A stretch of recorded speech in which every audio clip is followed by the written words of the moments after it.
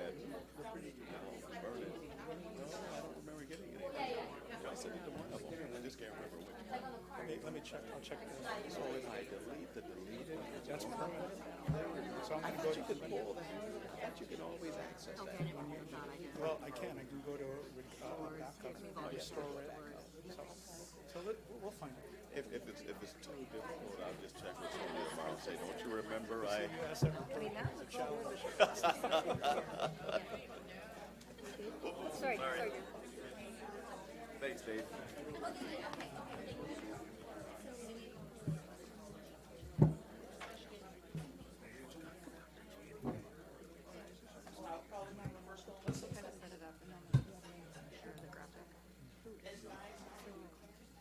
I approve your approval.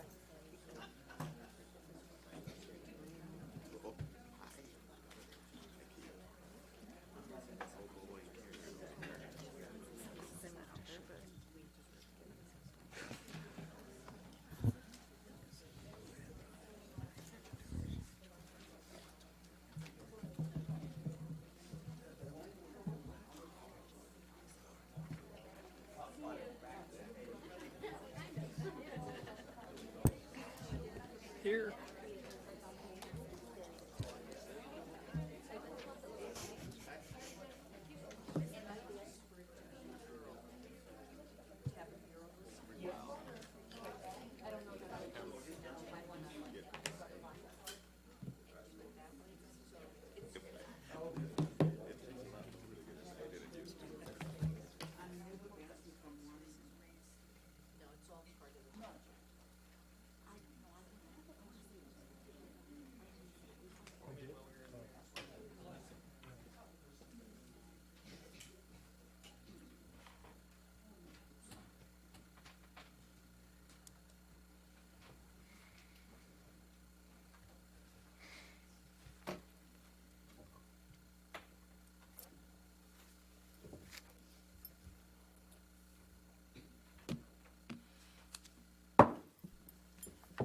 At this time, I'd like to reconvene the regular board meeting. Clerk of the board, could you please call the roll? Hall. Present. Solis. Present. Segura. Here. Pike. Here. Tarantino. Here. Janney. Here. Collier. Here. Okay, we'll have a moment of silence, and then I'd like to have our new representative, Ethan Collar, do the Pledge of Allegiance for us, okay?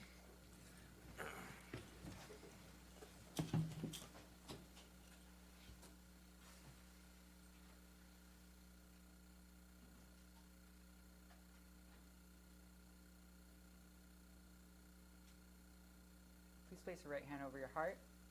Ready? Begin. I pledge allegiance to the flag of the United States of America and to the republic for which it stands, one nation, under God, indivisible, with liberty and justice for all. Thank you.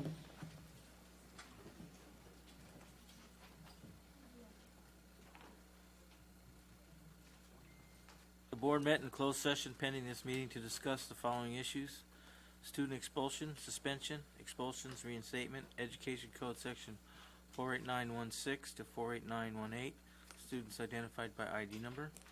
Number 2, public employee discipline, dismissal, release, reclassification, reassignment, resignation, transfer, Government Code Section 54957. Number 3, conference with legal counsel.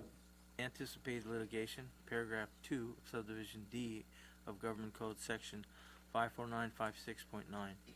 Number 4, conference with labor negotiator, Government Code Section 54957.6. The board took the following action. Moved by Segura, seconded by Hall, to accept the Administrative Hearings Panel's recommendation to approve the expulsion of one student with a vote of Hall yes, Pike yes, Segura yes, Solis yes, Tarantino no.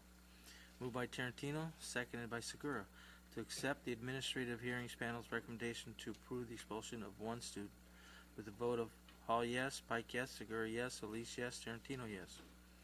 Moved by Segura, seconded by Solis, to accept the Administrative Hearings Panel's recommendation to approve the reinstatement of one student with a vote of Hall yes, Pike yes, Segura yes, Solis yes, Tarantino yes.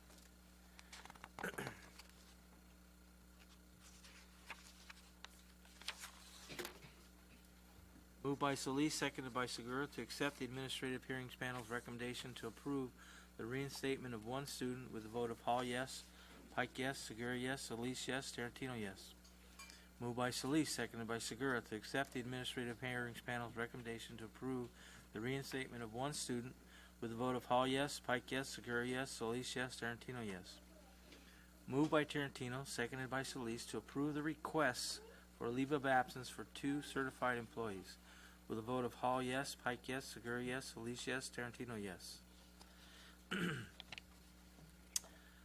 Okay, at this time, I would like to entertain a motion to approve the agenda for August 12th regular board meeting with the change that the board will first consider board agenda item F7 after the consent agenda.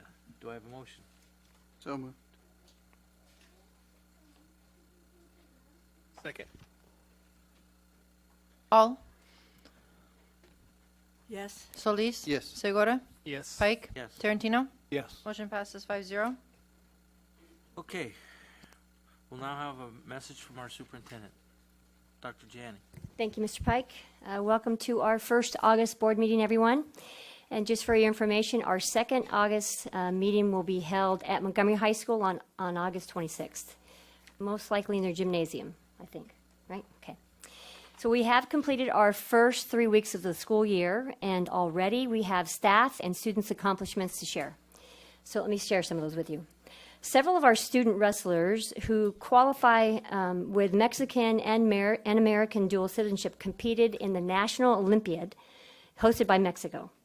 So we want to say congratulations to Mar Vista High School student athlete Sonia Baniked, or Banikid, I'm not quite sure, either way, for winning 2 bronze medals and 1 silver over the past 2 years.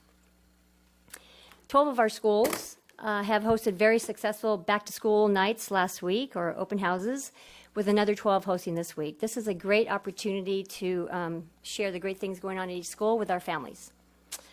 And then on August 6th, over 125 students from Eastlake Middle, Rancho Del Rey, and Olympian High School attended a STEAM symposium at the Naval Base San Diego as part of the Department of Defense grant. So these students were guided by naval personnel and participated in many hands-on projects. And what we've heard from the students and the staff and the parent volunteers who attended is they were just like overwhelmed with appreciation and the meaningful activities and hands-on projects that they were able to experience during that time. I also want to share that our employees not only excel in their daily work with students, but they unselfishly also help in the community. And here's one of those great examples, and I'm sure there are many more. I just happened to hear about this one. Castle Park High Principal Vicki Mitrovich received an email from a community member last Thursday, and here's what it said. Hello, Principal Mitrovich. I did not attend Castle Park High School, but one of your teachers made a significant impact on me. Last week, I got a flat tire on the 52 West Freeway, and a teacher from Castle Park High School stopped and helped me put the spare tire on my car. I didn't get his name, but he was wearing a Castle Park High School Trojan t-shirt and had just come from swimming in the ocean. She said he was tall and mentioned he had a wife, a daughter, and some dogs. She said, I just wanted to let him know that I got home safely and that it meant a lot for someone to stop and help and offer help. This teacher reminded me of the kind of educator that goes above and beyond and really cares about other people. It would mean a lot if you could relay my appreciation to him. Thank you. And that Good Samaritan is Castle Park High School teacher Harold Myers. Just wanted to share that story and what a great role model he is for all of us. In this month's Our Hometown magazine, there was an article recognizing East Hills Academy teacher, we know her, we've seen her before, Valerie Ruiz, as this month's education advocate. The article identified her as a passionate champion and educational advocate for special education students in the Sweetwater Union High School District. So thank you, Valerie, for representing all of us. And then Sue High is hosting the Eric Paredes Save a Life Foundation free heart screening this coming weekend, August 18th, from 9 a.m. to 3 p.m. You won't be able to miss it. It'll be around the gymnasium and several rooms on the campus. But youth between the ages of 12 to 25 are invited to register for a free heart screening. Walk-ins are also welcomed. EPF, or the Eric Paredes Foundation, has screened over 27,000 teens for heart abnormalities. Their statistics show that about 1 in 300 students are at risk for sudden cardiac arrest, a leading cause of death under the age of 25, and the number one killer of student athletes and the leading cause of death on school campuses. Heart screenings are not part of annual checkups or pre-participation for sports physicals, even though most heart conditions have no warning signs or unrecognized symptoms, which is why Eric's foundation, Eric's parents who created this foundation, because Eric died of sudden cardiac arrest when he was 15 years old, a student out at, I think it was Sail Canyon. These screenings are free. And just to be totally transparent, this effort is really personal for me because my nephew, a graduate of our district, also died of sudden cardiac arrest one day shy of his 19th birthday, close to 5 years ago. So please pass the word and share this free heart screening to your family and friends in order to prevent a potential heart problem.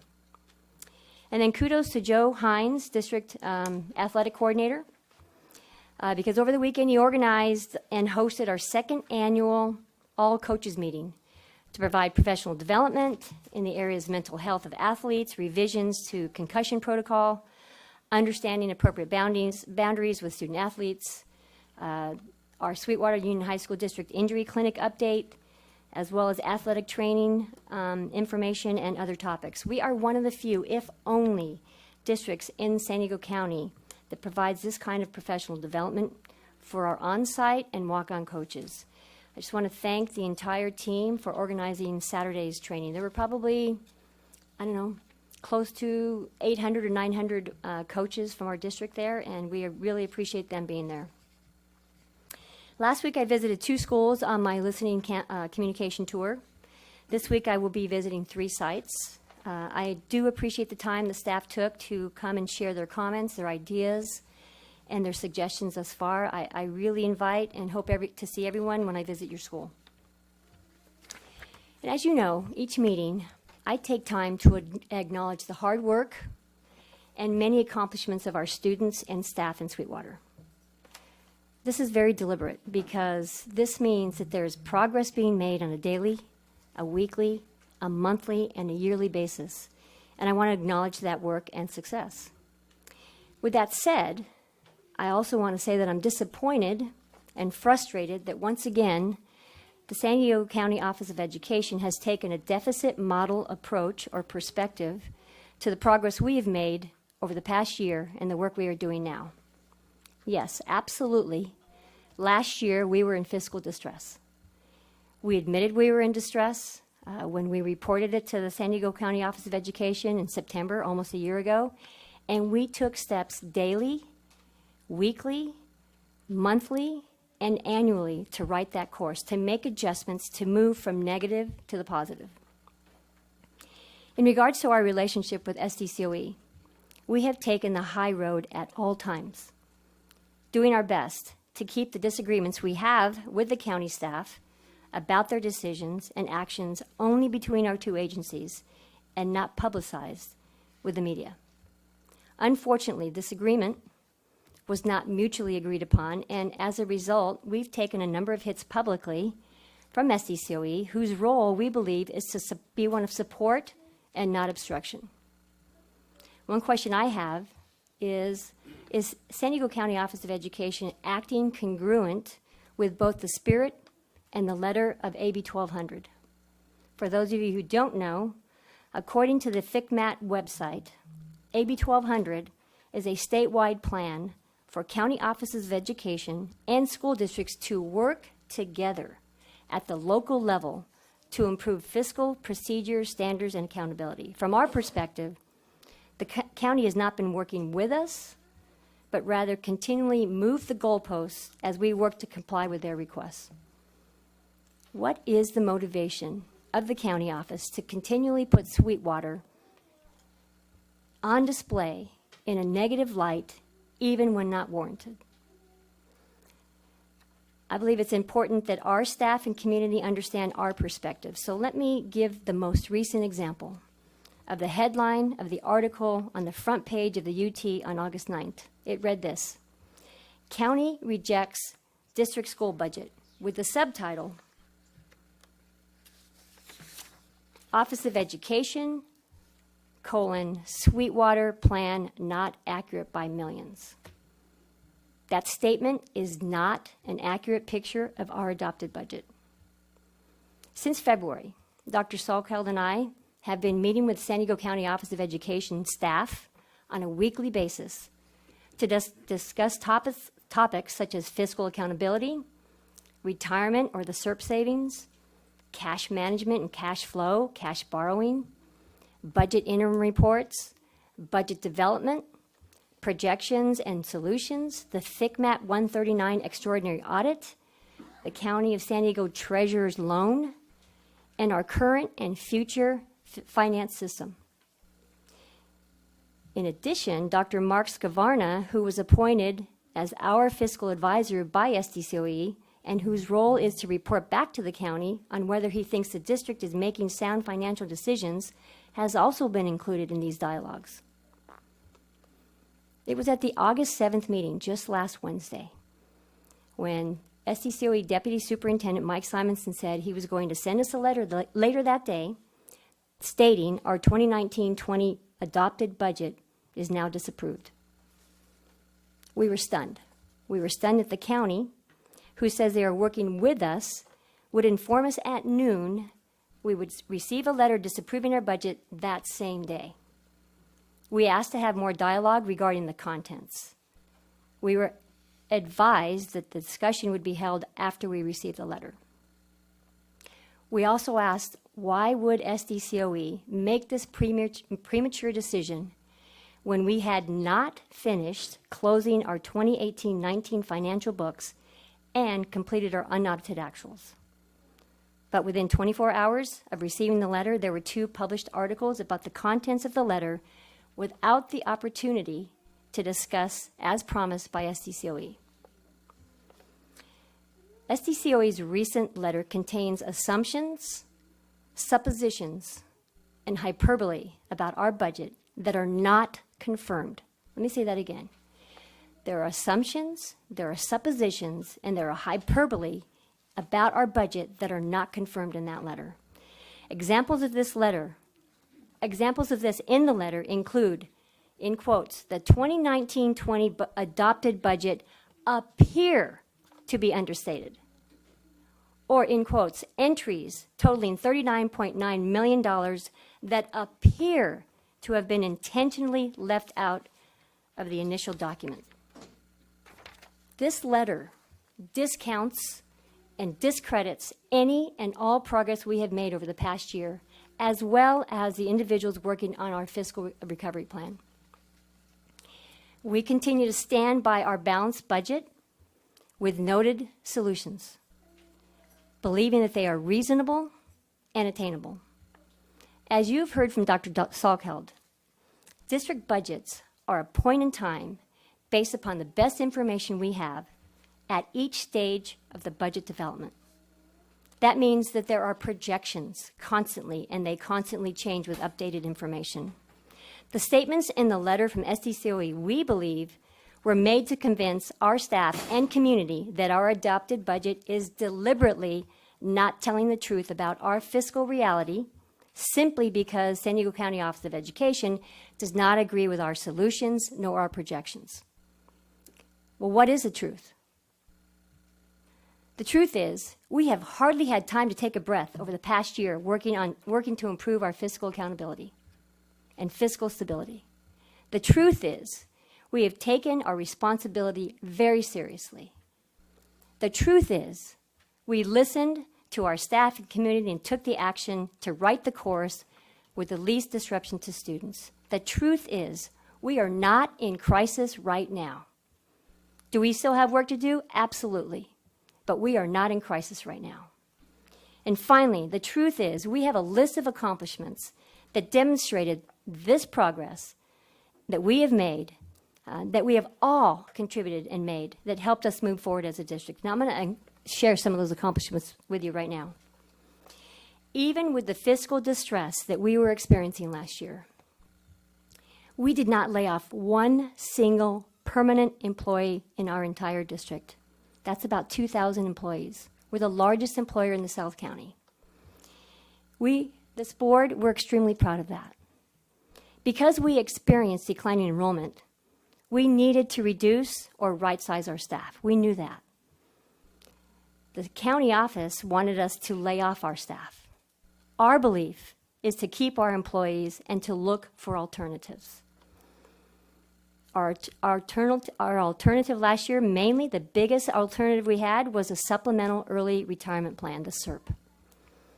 We have downsized our staff approximately 8%, and we did that by eliminating positions, not people. As you recall, and as is stated in the recent San Diego County Office of Education letter, they were vehemently opposed to Sweetwater offering the SERP.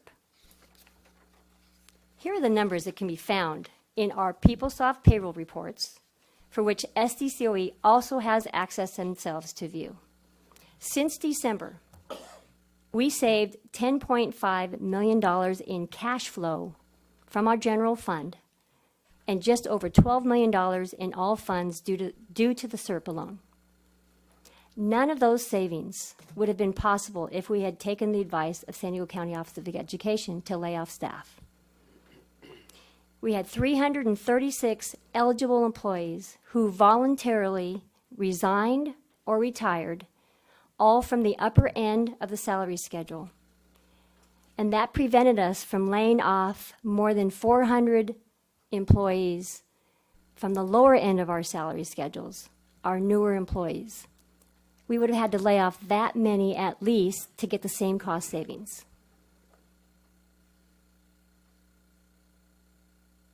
That is not the direction we chose.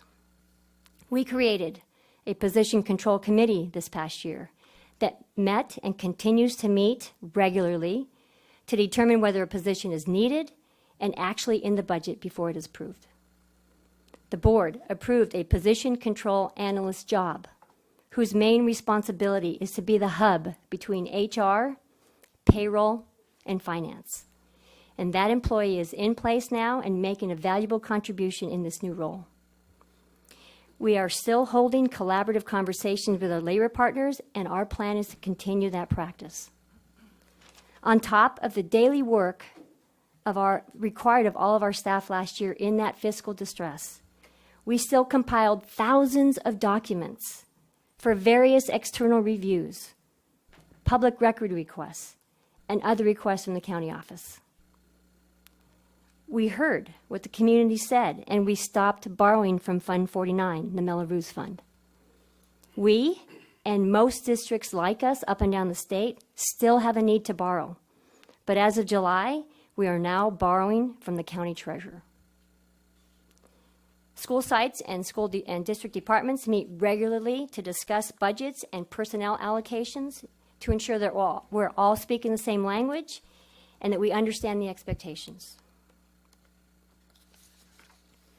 Our adult program has reorganized, and the general fund no longer needs to make a contribution to their program, which was a FCMAT recommendation.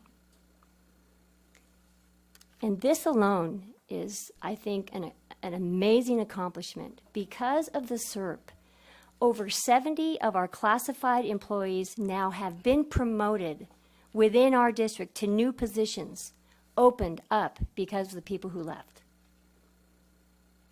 These are just some of those accomplishments and actions we executed last year, and we're proud to announce them again and to repeat that those successes were true. So please know, we will continue to move forward with transparency.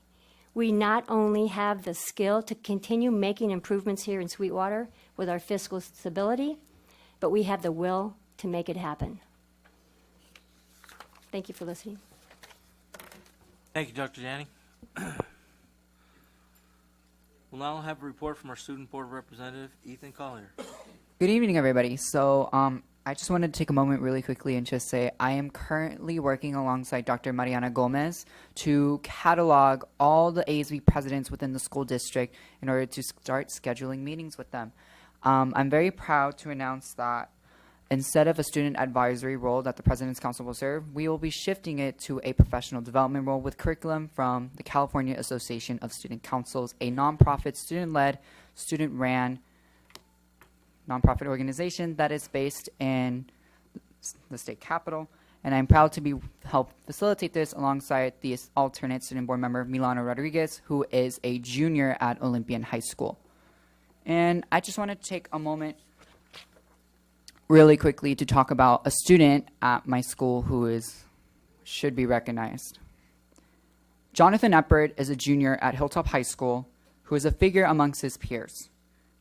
A role model, scholar, and a talented tennis player, he further serves the Hilltop community in the local Key Club by volunteering his time to events across the county. He is the treasurer for the club. If you were to ask anybody at our school about this young man, they would immediately tell you about his humor, charisma, and drive to succeed in all areas of his life. Recently, he was unfortunately diagnosed with Hodgkin's lymphoma. Personally, I've known Jonathan since 7th grade. We were in the flags program together at Hilltop Middle and continue the flags program together at Hilltop High. As I've grown to know more about this young man, I've seen his charisma, kindness, and witty nature at hand. He constantly strives to be the best he can be and serve the community, not for the glory, but solely for the good of helping others, a true role model to everyone on our campus and the Sweetwater community. With that, I am happy to say that Hilltop High School Key Club will be hosting a toy drive in his honor to donate toys, books, and other necessities to Rady's Children's Hospital in San Diego County. And I can safely say that we, the Sweetwater Union High School District student body, stand behind you and support you as you go along treatment, and we wish you the best of luck. And that is all I have to report. Thank you. Thank you, Ethan. Okay, this is the point on the agenda where members of the public may address the board on any matter not on the agenda and have 3 minutes each to do so. The Board of Trustees cannot legally take action on or respond to matters not posted on the public agenda, but will refer the matter to the Superintendent's office for review and report. Thank you for your cooperation. Alison Green.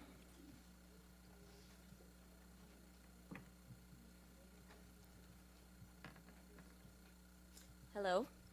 My name is Dr. Alison Green. I am a professor of biology at Southwestern College. My son, Luke Winchowski, is a student at Eastlake Middle School, 8th grade student. I sent an email to all of you sitting there on August 5th, as well as Carrie Leet, the Director of Special Services, and I have yet to receive a reply. My son Luke is a high-functioning autistic student, and since he's been in 1st grade, he has had in his IEP, Individualized Education Program, an one-on-one instructional aid. With his aid over the years, he has blossomed from a very dysregulated, out of control, even almost hopeless student to an A and B student. Last April, Luke's aide left for another position, and Luke, in that time, until the end of the year, had many days without an aide and had different subs the entire time. This was in noncompliance with his IEP. Since the school year began, so everyone has had since April to hire a new aide for him. Since the school year began this year, he has not had an aide. In fact, substitutes have been pulled from other classes to be his aide. He didn't have an aide today at all. He hasn't had a consistent sub, and I have been dealing with the ramifications, the mental and emotional distress and meltdown since then, and he has received a D on a science test, which is his best subject, as well as failing math at this point. So my question to you, since you are out of compliance with a federal law, You are out of compliance. It is illegal what you are doing right now. And I know he is not the only student. So my questions to you, two. Number one, when am I going to get a permanent aide for my son, who is a student of worth? Number two, is it more cost effective to have litigation to deal with because that's what's coming next? Or to simply provide each student of worth and our most vulnerable with an equitable and inclusive learning environment? Thank you. Thank you.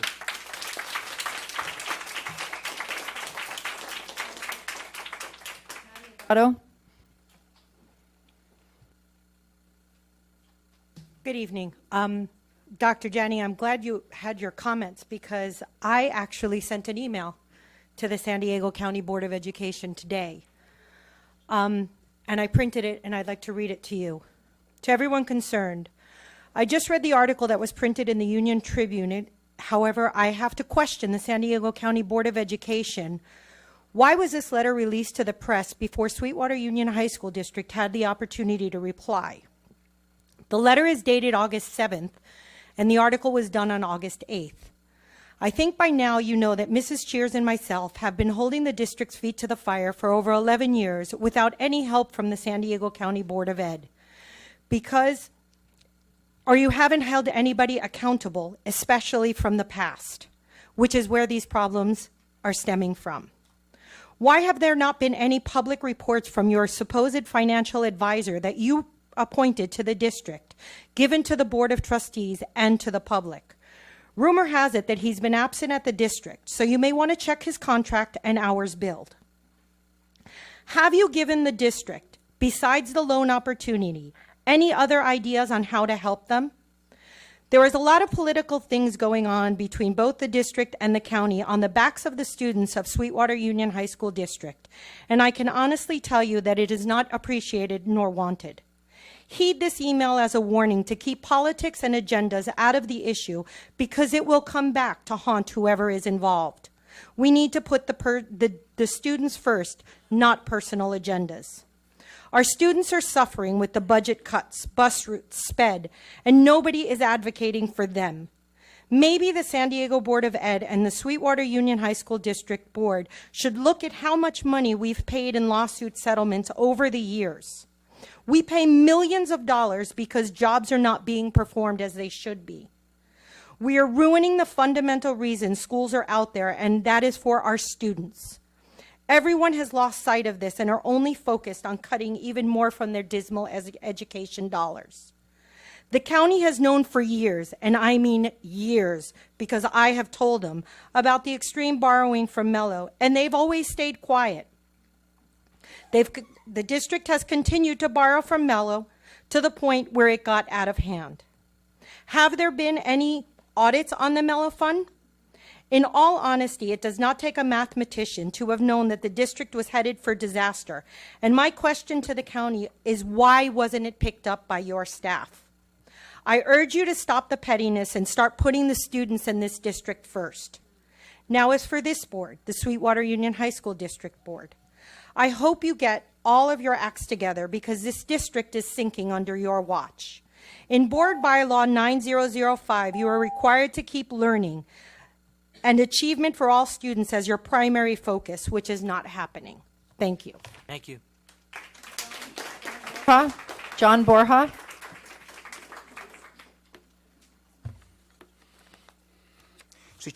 Sweetwater Union High School Board of Education, Superintendent Dr. Janney.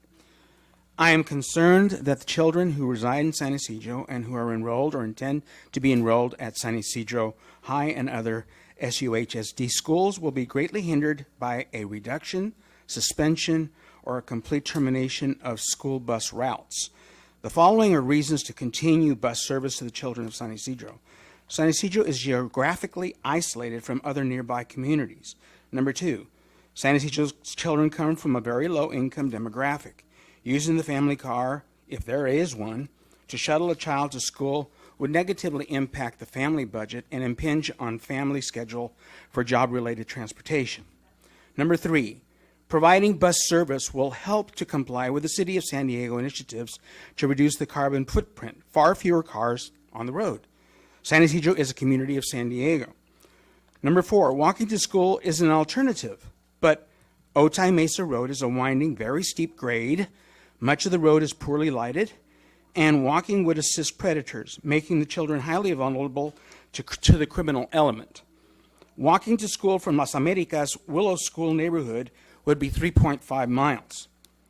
Number 5, SUHSD could be cited for violations of federal civil rights laws and equal protections under the U.S. Constitution.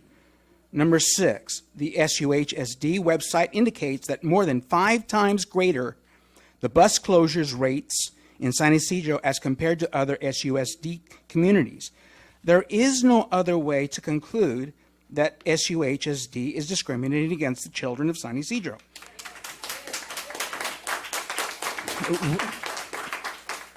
Redlining is unlawful. It is an insidious form of discrimination. So for this and many other reasons, the SUHSD School Board must reinstate all bus routes for the children of San Ysidro. Thank you. Thank you.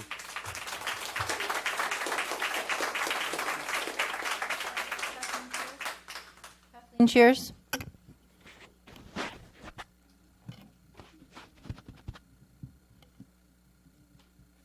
Three special ed meetings held, all promising a partnership with stakeholders, a promise broken. Last week's meeting touted as parent to parent, untrue. Few attended. The conflicting start times shown on the special services calendar played a part, and 12 of our schools were hosting open house. Departments don't communicate in this district? Teachers received reminders of the SPED meeting that day. Being 2 places at once, impossible. Dysfunction and lack of credibility is taken over under the direction of Director Rhea. Allow me to explain. Before the meeting, I asked a SPED TOSA, who are the Sweetwater parents hosting this parent-to-parent meeting? There are none. This is a SELPA meeting. During introductions, I again asked if the parents, Director Rhea stated were the catalyst for the meeting, could be introduced. I don't know who they are or if they're even here. One TOSA offered several recommendations during his presentation regarding special ed behaviors. Parents could purchase widgets or go to the app store and buy apps. An example of a teacher was used. You either finish your work or you don't go to lunch. Ms. Rhea, no Sweetwater teacher would ever use such a threat. If for no other reason, it is illegal. I then asked the question, how many of the aides from the last school year have been rehired? I was advised to contact HR, which I have. Then lead psychologist Kenya Bratton jumped up and told me my question was inappropriate for this venue. Ms. Rhea, towards the end of the meeting, introduced 2 female parents. Super, now I can find out what's going on. At the end of the meeting, I introduced myself to one of the parents who proceeded to share she has no idea why she was introduced, as her only contact with Ms. Rhea was, like me, out of concern of the special ed changes that were occurring. It is crystal clear Ms. Rhea has attempted to deflect, confuse, and misstate the truth of what is going on with our special ed students. They are, in fact, being integrated into gen ed classes without support given to the teachers or the students. Some of these special ed student parents are reporting your child has had a sub since day 1. This is simply unacceptable. Several of our schools are short special ed teachers, like Eastlake High School. How many retired special ed teachers have been replaced? In closing, Ms. Rhea and Ms. Bratton seem to be confused. They are our employees. We pay their salaries. If they treat students and community members in this way, I shudder to think how they treat those who report to them. Perhaps that is why psychologists are leaving and SPED and gen ed teachers are looking. Here is a budget recommendation. Do away with the lead psychologist and replace the director position with a supervisor who can initiate positive change while protecting our students without spinning the truth. Why hasn't the July 19th special ed report meetings submitted to the state been released to the public? Thank you. Thank you.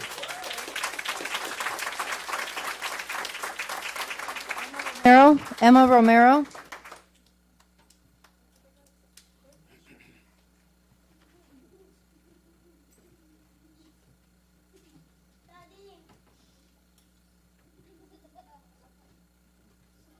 Aunque mi corazón cree en los principios democráticos, even though that my heart believes in the democratic principles, todos ustedes me hacen dudar del Partido Demócrata. all of you make me have doubts about the democratic. No entiendo cómo pueden decir que los estudiantes son primero, I don't understand how can you say that the students are first. cuando lo primero para el distrito de Sweetwater son sus pensiones. Sus pensiones, no Sí. sus pensiones. Sus pensiones, pensiones, Yes. cuando estén viejitos. Bueno, ya. Okay. I don't understand how can you say that the students are first when what is first for you is your pensions. And I'm sorry, I have to clarify because she said pensions and it sounds like suspensions. Ah, ok. Okay. So it's Salarios excesivos excessive salaries y el notorio nepotismo que existe en el distrito. and the obvious nepotism that exists in the district. Ustedes discriminan a los estudiantes de los que se mantienen. You discriminate the students where you get your salaries from. Y abusan de la ignorancia de comunidades de bajos recursos como San Isidro. And you abuse the communities, the ignorance of the communities like San Isidro. Karen Yaney, por medio de este escrito que tengo aquí, y firmado por la mayoría de los presentes, y que acabo de enviar una fotografía a usted, Karen Yaney, y a todos los miembros de la board,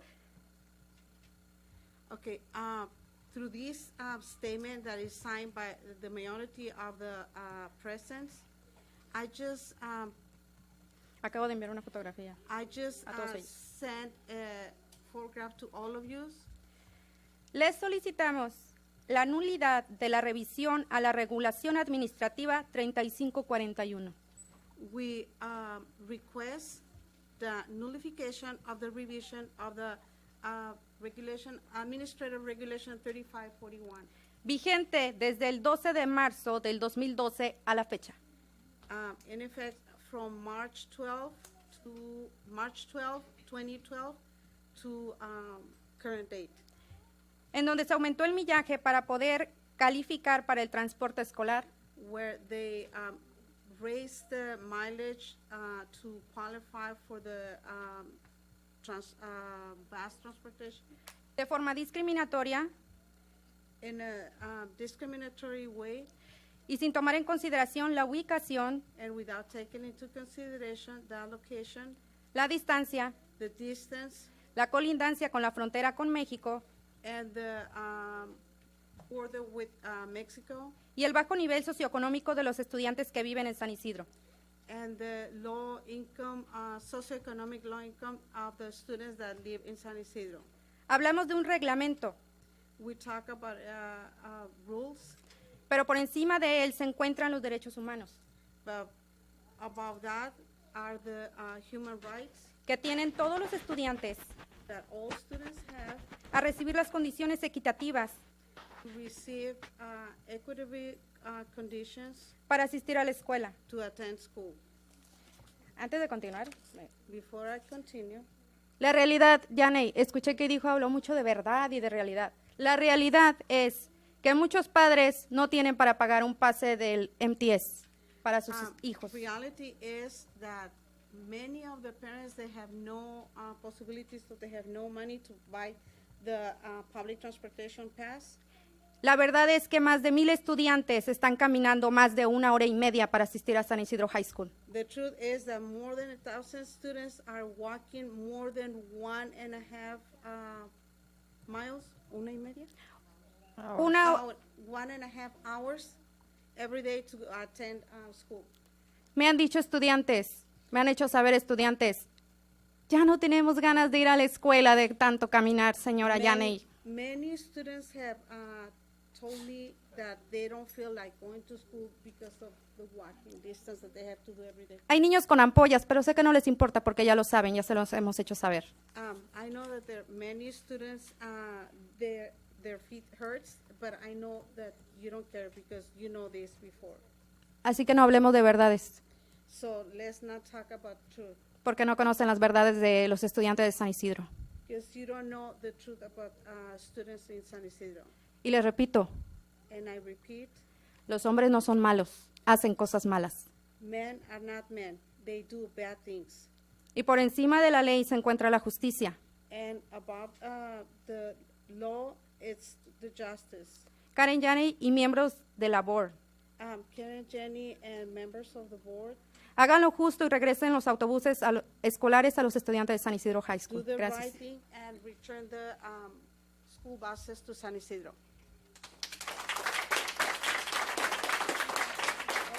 Olga Espinosa.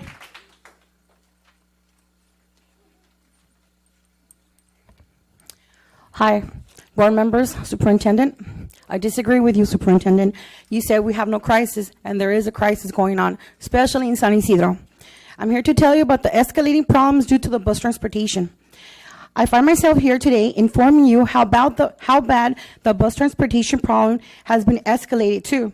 Let me give you some examples of where I find you accountable, all of you, board members and superintendent. Our children underage with no driving experience nor license are getting into accidents going back and forth from school to our town of San Isidro. Kids are taking cars from parents without permission, hitting other cars, getting on friends' cars who have no license or no driving experience without even knowing how to drive, risking it all to make it on time. I find it really heartbreaking to see minors walking up close to an hour and down like that big hill just to go to Bayer Boulevard. I live by 905, so that's 2 hours. They're back on the way. So that's close to 2 hours of a walk for my son who's right here. He's in ASB and all kinds of clubs, so he has to go over there before and after hours. So the kids are driving, not that we, the parents, want them, but as a great need to get to school. This is so unfair to our children's education and safety. This is because of the wrong choices members have done on administration decisions. As a parent, a community member, and as a past student of this district, I find all of you accountable for any kids' lives. Our children are walking long, lonely roads at early and late hours, being stopped by the new gangs, which are not the cholo-looking ones you're all used to. These are different kind of gang members. Our kids are more on the streets, so there's more activity going out for them to risk and going to these other gangs. They're more tired and wanting to walk for so long on the sunny and hot days. Students should be a must. First priority. You guys forgot that our children's education will be interrupted with all these problems they are going through to get to school. We need our buses back. Even our children in the after-school programs are being affected. It's like they don't even want to be in sports anymore. As I said before, if a child has an accident on the way to school because they're taking their cars without permission, because their parents are working and we can't afford the bus passes or anything, it's going to be your fault. The district should be accountable for all this. All children's lives matter. And I say children because they are still minors. I ask all the board members to not forget how we all voted for you because we as a community trusted you.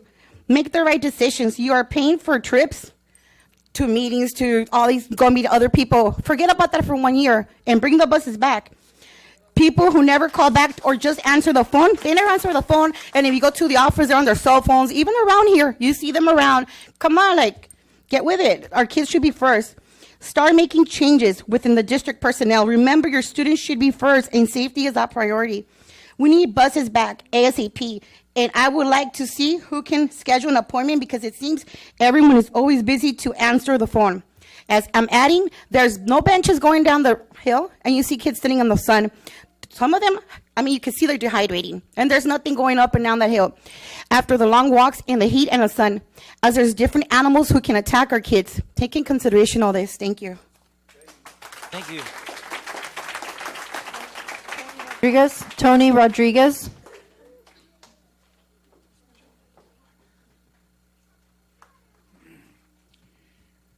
Unlike everybody else, I came unprepared because I'm hardly ever home. I'm a truck driver. I'm a long-haul truck driver. So I hear about this when I'm on the road. My son goes to the San Isidro school. This is not my first child that's gone to this school. I've had many children. I'm upset with every single one of you because my kid now has to walk up to school, like she said, an hour and a half walking.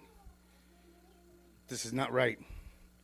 Why don't you have your kids walk that way to school? I would like to see every one of your kids do this because it's not right. It's not fair. And when I'm thousands of miles away and I have to worry about my kid walking to school, that's on yours. That's on you. Okay? Like I said, I came unprepared. So I wasn't planning on being here. But when I found out that there was a meeting, I had to be here, at least to say my thing. This ain't right. You speak of truth. You speak of the children. I say bullshit. Because I don't see it. You hear me? I don't see it. I see you guys sitting right there, all high and mighty. Do something. Because this ain't about you. It's about my kids and everybody in San Isidro. That's what it's all about. Not your goddamn paychecks.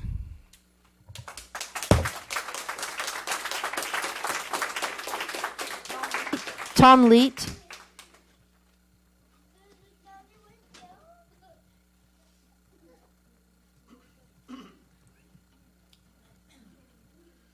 Good evening, Superintendent Janney and Board.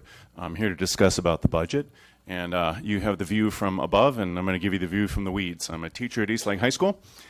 And I've seen some correspondence that once again this year we're going to be doing the site leadership team meetings. And just for everybody to know, that would be days where you choose to spend money on substitute teachers and take teachers out of the classroom so that we can get together and work on professional development. Now, that's a financial choice that you're making to spend money on substitute teachers. You are, on those days, reducing the education of those students for the teachers you're pulling out. And I can tell you I did this a couple of years ago, and personally I hate not being in the classroom to teach my students. That's a dead day. All right, it's not going to happen. So, as a priority, you know, in a tight budget situation, you might question whether that's the best time to do that. If you want to do things like that site leadership team, you might, instead of putting your money into substitute teachers and reducing the education of the students, pay the real teachers to do that kind of thing outside of student hours, so that way we're not interfering with education, and you are putting your resources into your permanent teacher employees rather than into substitutes. To contrast with that, you're still in your adopted June budget looking to ask the teachers for 2 furlough days. Those are professional development days where you would have us training on something. So the priorities I see is we're not going to pay teachers to do professional development directly, but we are going to pay substitute teachers to babysit kids while we have teachers pull out to a meeting to discuss the future of professional development. That's what I see. And I can tell you from my end how little I found value in those SLT meetings. Because again, if you're going to pull me out of the classroom, it better be really important, okay? Here's how little value I found in those meetings.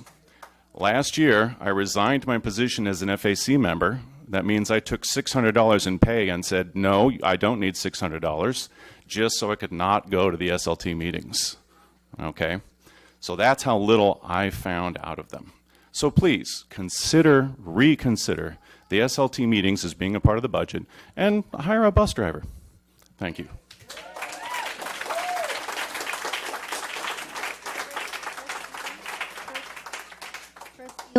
Chris Elam. Wow, it's been a long time since I've been up here, and I'll be honest, I've been too disgusted to come back. I used to be here all the time, and I used to be a diehard supporter. Now I can't even get an email returned from anybody. Mr. Solis, I'm at Sweetwater High. Be nice if I could hear back from you. Mr. Segura, you're the only one who responded. Thank you so much. I greatly appreciate it. Like, I can't even get, district employees to respond to me. Hi, Mr. Fulcher. How are you? Good to see you. Feel free to respond.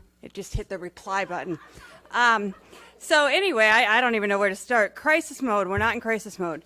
My students would love to hear that because every time we say anything, it's like, budget, huh? Yeah. I have seniors. Last year I had all my curriculum, totally interactive, teaching psych and soc. 2 days before, we're told, oh, yeah, seniors, they don't matter.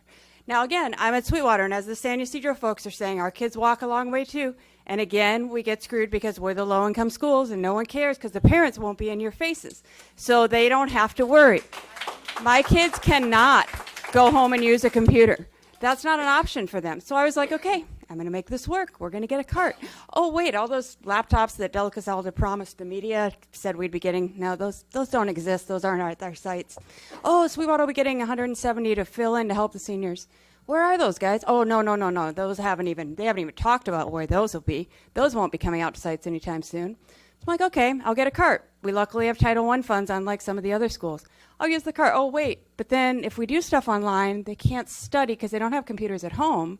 So then they can't study the material when they take the test in class. Oh, wait, if they need extra time because they're a student with a disability or an EL, which is a large part of our school, oh, they might need extra time, but they can't finish it online because they don't have computers at home. Oh, let them use their phone. Not all of our kids have phones. Not all of them have unlimited data. I have never felt comfortable telling kids you can just use your phone because it isolates those that do not have them. College essays for my seniors, extra time. Translation needs. A lot of our EL students use their laptops and computers for translation of documents. They don't have access to that. Parents in my community don't all sit at computers all day at work, so they can't log in and check Jupiter grades and check all those things. So my kids often are checking that for themselves. I looked the other day, and the majority of my students had not even logged into Jupiter grades yet of my seniors, whereas it used to be they were constantly in there. So now they're losing touch with how they're doing academically. I get it. It's their responsibility. Hello, frontal lobe. They don't have that fully developed yet. They're still working on it. No info is being given. We're being told someday you may get them. We don't live in that world as teachers. You can't say they may be October, February, maybe never. Why don't we have insurance? I'm sorry, we have like family members who know how Grossmont does things. You'd think, nepotism, let's like talk to each other. How does Grossmont offer insurance? Our kids are charged $50 for a scratch on their laptop.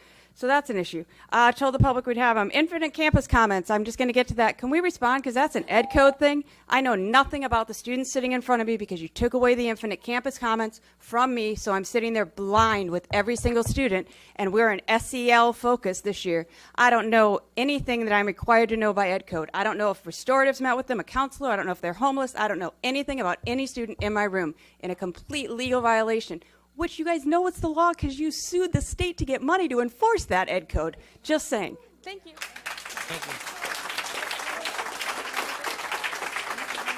Nick Marinovich.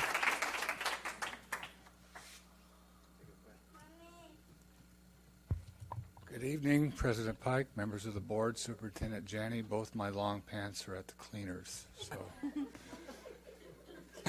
Thank you. I'm a community member tonight, not the bond oversight chair. Didn't have time to change. Anyway, I was sitting here listening to all this, and I had some prepared comments, and then I had a little aha moment while I was making some notes. First of all, when I got involved with Sweetwater when I retired, what struck me about school districts, from where I worked at, what you think would be political, is how political school districts are. It's unbelievable, and it shouldn't be that way. And, you can look at all the back and forth. The public doesn't give a goddamn. People arguing, really. It's just craziness with public agencies feuding with each other. It's counterproductive, number one. Number two is you got a lot of good things going on in this district. You got the finance department at the leadership level is better. Purchasing and contracting, Dr. Aguirre, you're losing the media battle. You're losing the media battle. Why? Because the culture of this district is to hope that it goes away. Hope that it goes away. So this information dribbles out here, dribbles out there, and you lose the battle in the media. If you combed all your data, all your emails, all that Francis Martinez report, get it all together and release it. But when it comes out here, comes out there, it just does damage to everybody involved, weakens you as a district in your negotiations, and ultimately, there's entities that pay attention to what's going on here, like the underwriting agencies. When you want to go out and borrow money, it's going to, they read this stuff in the paper. And so, I just think you need to step back and think about how you release information and being transparent with the public. I know I'm preaching. The final thing I wanted to go through, and this doesn't relate to that directly, I heard this woe is me about the district's finances, and I know there's a bajillion reasons why this is not an apple-on-apple type of analysis. But if you look at between 2013-14 and 2017, you went from 3,579 total employees. This is from the official statement in April of 2018 to 4,225 employees. What's that? It's a 31% increase. Then you go to ADA, or how you want to quantify that. Again, this is the official statement. That better be right, because that's what the rating agencies look at, or everybody. I mean, that SEC is going to find that. You went ahead declining enrollment. I know there's a lot of this, not apple to apple. Why do you have declining enrollment and a 31% increase in staff? I know that, maybe, I'm sure it needs to be explained at least. Thank you. Thank you. Caitlin Warner.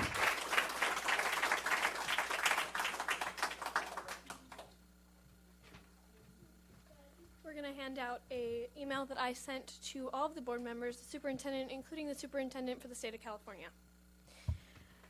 We are students from the Sweetwater Union High School District, specifically those in this email who are from Bonita Vista High School. We are extremely disturbed with the lackadaisical attitude of the school officials regarding the failure to provide the need of learning materials to the students. We have decided that we are no longer okay with inequities that are being presented to the senior class. Students have always been told that seniors are priority in every situation, so we are appalled by the district's decision to not provide seniors with laptops.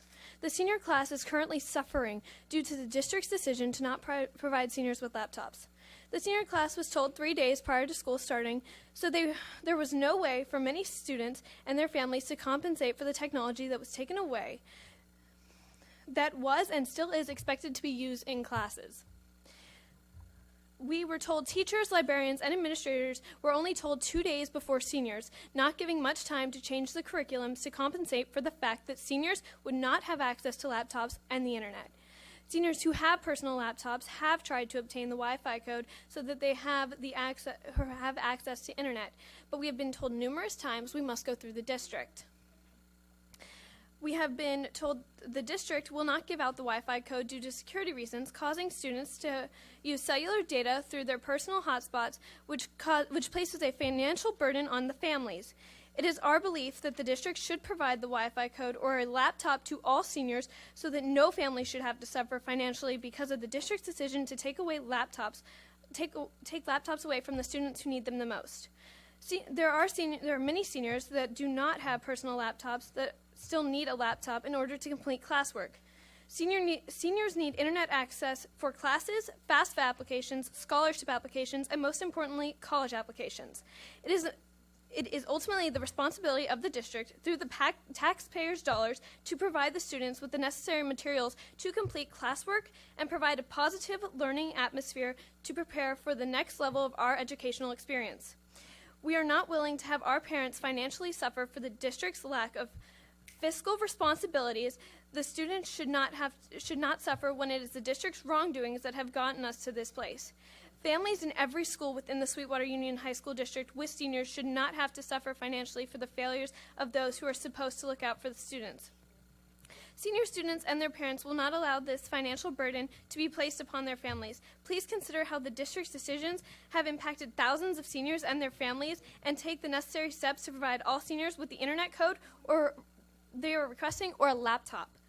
Sincerely, students Caitlin Werner, Mia Olivia, Cassandra Ugarte, Kylie Werner, Taylor Bailey, Omar Flores, Joseph Perez, Kaylee Hunter, Cameron Lofney, Elijah Fincher, Julius Gonzalez, Jocelyn Sanchez, Matthew Gomez, Daniel Gushny, Augustin Castellino, Camila Ambriz, Cassandra Delfino, Delaney Roberts, Alexis Quidvanas, Savannah Groom Castillo, Lauren Davies, Samuel Jeso, Haley White, Sabrina Sanchez, Valentina DuPont, Gabriela Roses Candejas, and also parents and many teachers who are being affected by your decisions, because many students are suffering through this in every single school because of what you have done. You have taken the laptops from the students who need them the most and given them to freshmen where they're mostly broken.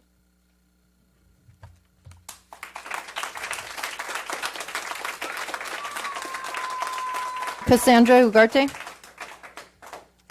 Good afternoon. Just adding on more to my classmate, Caitlin Werner. So I just want to say that I was here a couple weeks back as well, and I just want to add more, saying on like how this aspect of like just taking it away from the seniors wasn't really a great decision based on my past experience, especially since like when I was in middle school, when I had an iPad, I personally remember that it wasn't really needed in my class. Mostly it was just math, and most of those problems were just from the textbook. So I feel like there's way better outlets, and just seeing is like when you're in middle school, mostly the kids are more using it for entertainment. I've seen several kids download apps and just use several different websites that weren't really educational. So I see that it's better to allow students who are most exposed to having technology when they're older as seniors to have those laptops rather than middle schoolers, and as well as with freshmen when seeing like they actually barely use them. Mostly it was just book work because teachers didn't want their students to actually like type out outlines in other situations because they were worried about kids sharing it and just doing more plagiarism. So that just shows right there that freshmen and middle schoolers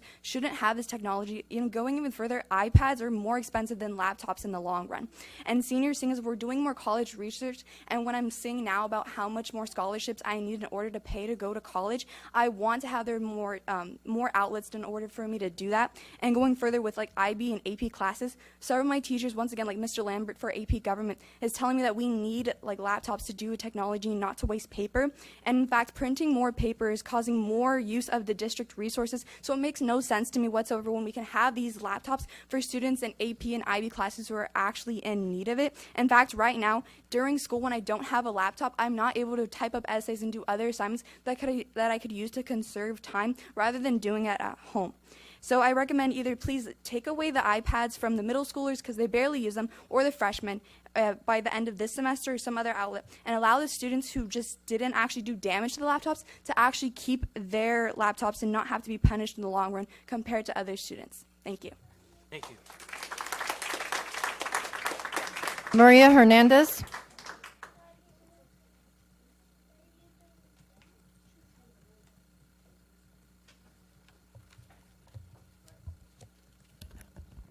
Hola, mi nombre es María Hernández y Hello, my name is Maria Hernandez.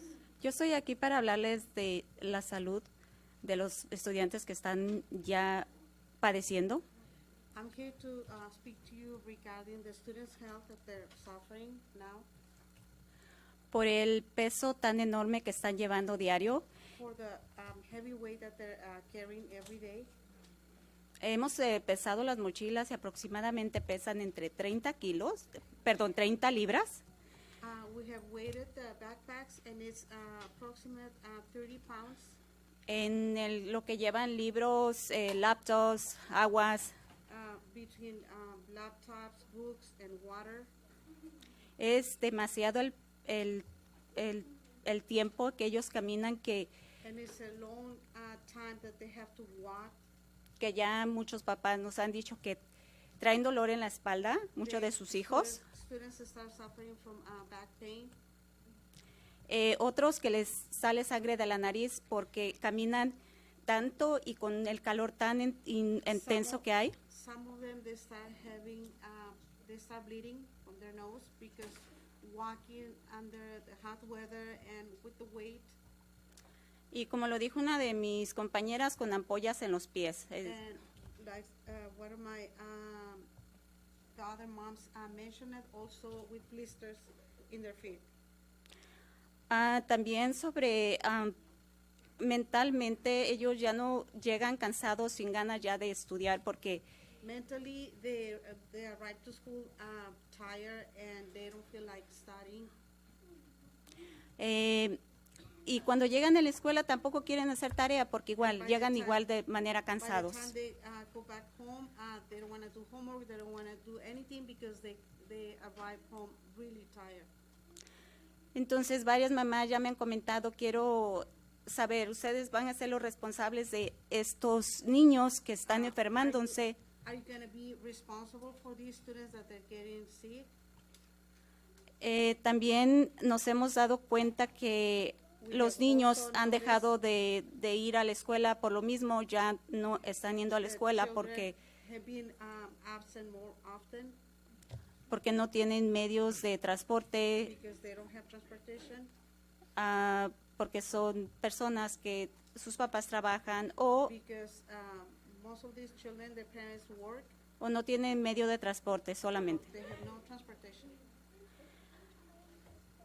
También siento que varios de los papás hemos hablado Many of the parents we have talked among ourselves, y sentimos que es una clase de racismo hacia nosotros. and we feel that this is some type of racism against us. Solo porque somos de una comunidad de bajos recursos, Just because we are a community of low income, no hablamos inglés we don't speak English, y somos latinos. and we are Latin Americans. Entonces, nosotros queremos, por favor, que nos devuelvan los autobuses porque muchos de nuestros We hijos request from you to give us the school buses back because many of our children ya están siendo afectados. A mi hijo lo estoy they're llevando a being terapia affected. My son, I have to start taking him to therapy por su espalda. because of his back. También, señor Segura, nosotros le hemos mandado email y no nos ha respondido porque we queremos have hablar emailed con you. usted. We have emailed you and you haven't replied to us because we really needed to talk to you. Entonces, nada más les estamos pidiendo, por favor, que nos regresen los autobuses. We're requesting from you to give us the school buses back. Queremos salvos a nuestros hijos, los queremos Want our bien. Kids to be safe, Queremos to que, be well. queremos que reciban un estudio porque tienen derecho. We want them to receive education because they have the right to have it. Gracias. Thank you. Rod Caudillo.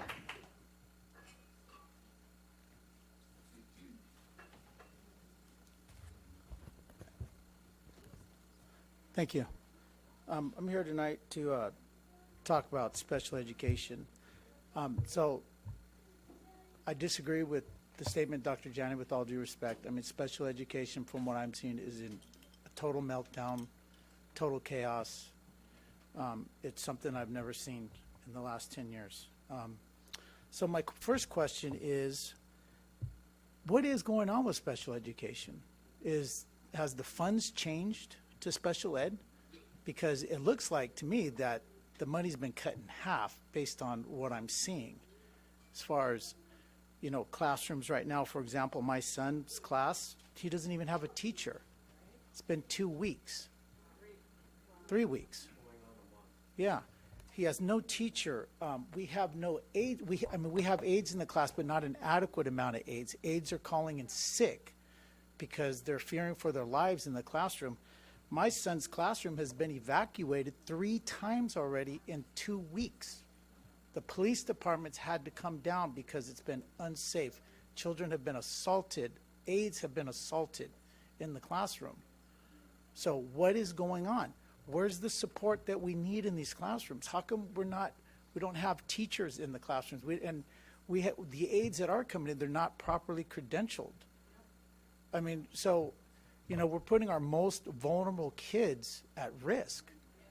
I mean, in my son's class, there's 14 kids. We got 4 aides. 2 are one-on-ones. Technically, we have 2 aides. 2 of our beloved children are in wheelchairs. I mean, technically, we have no aides in that classroom because everybody's got a very tough job to do. So the net effect is 0 aides in that class, but yet they'll say, oh, well, we have 5 aides in there. But technically, we don't because everybody has their hands full. They have a very tough job to protect our kids and to help them. So, when is this going to end? I mean, is some kid going to, get hurt drastically in the classroom, before somebody does anything? Like I said, the police departments had to be out 3 times to our school within 2 weeks. Evacuations. I'm asking you guys, something needs to be done here. When are you guys going to do something? What's it going to take? Is it going to take a huge lawsuit that's going to cost the district millions of dollars before things get changed? I mean, it's, we try to get a hold of members of the administration and to fall on deaf ears. People aren't returning emails. We've actually had 7 meetings already at the school in 2 weeks. Think about that. So we've actually had people listen to us, but nobody's doing anything about it. So enough is enough. let's get it together and let's figure out what we can do for special education before somebody gets hurt. Thank you. Thank you. Glenn Parion.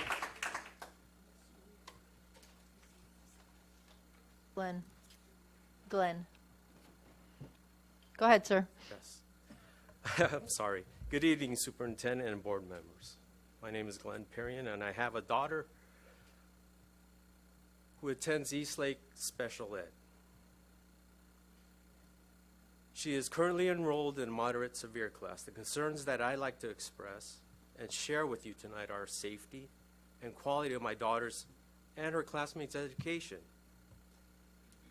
As my colleague here, co-parent, for the past 3 weeks, the class has been covered by a substitute and sometimes a TOSA.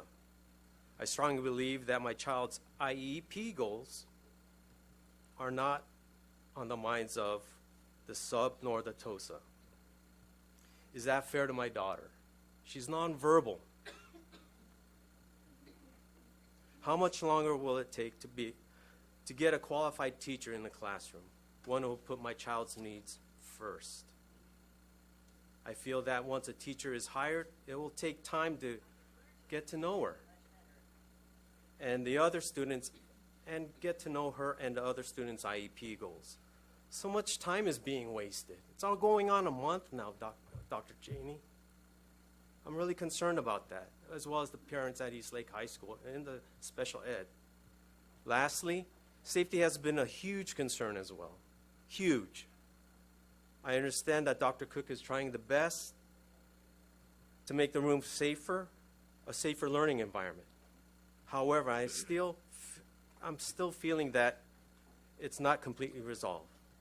And according to your district policies concerning conduct and positive school climate, I'm just going to paraphrase. The Board of Trustees recognize the importance of providing a safe school environment that is conducive to learning and helps ensure the student's safety and prevention of student injury. Also, the Board of Trustees recognizes that the students and staff have the right to a safe and secure campus where they are free from physical and psychological harm. Thank you. Thank you. No further speakers. Okay, thank you.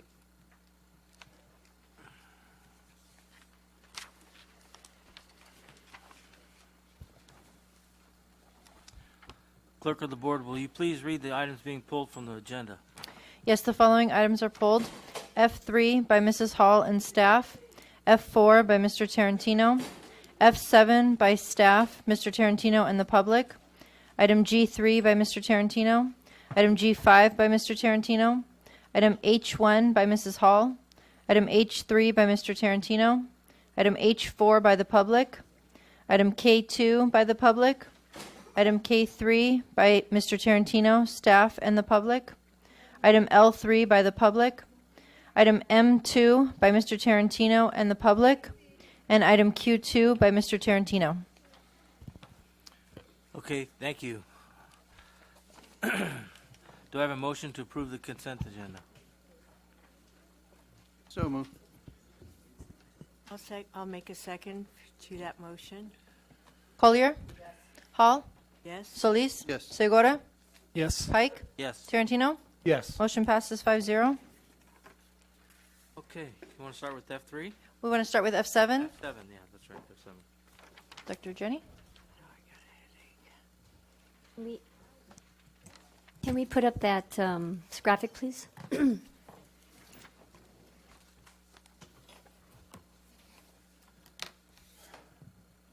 So this board item is about the County Office of Education offering the Sweetwater Union High School District a loan to pay off our balance for our Melrose Fund.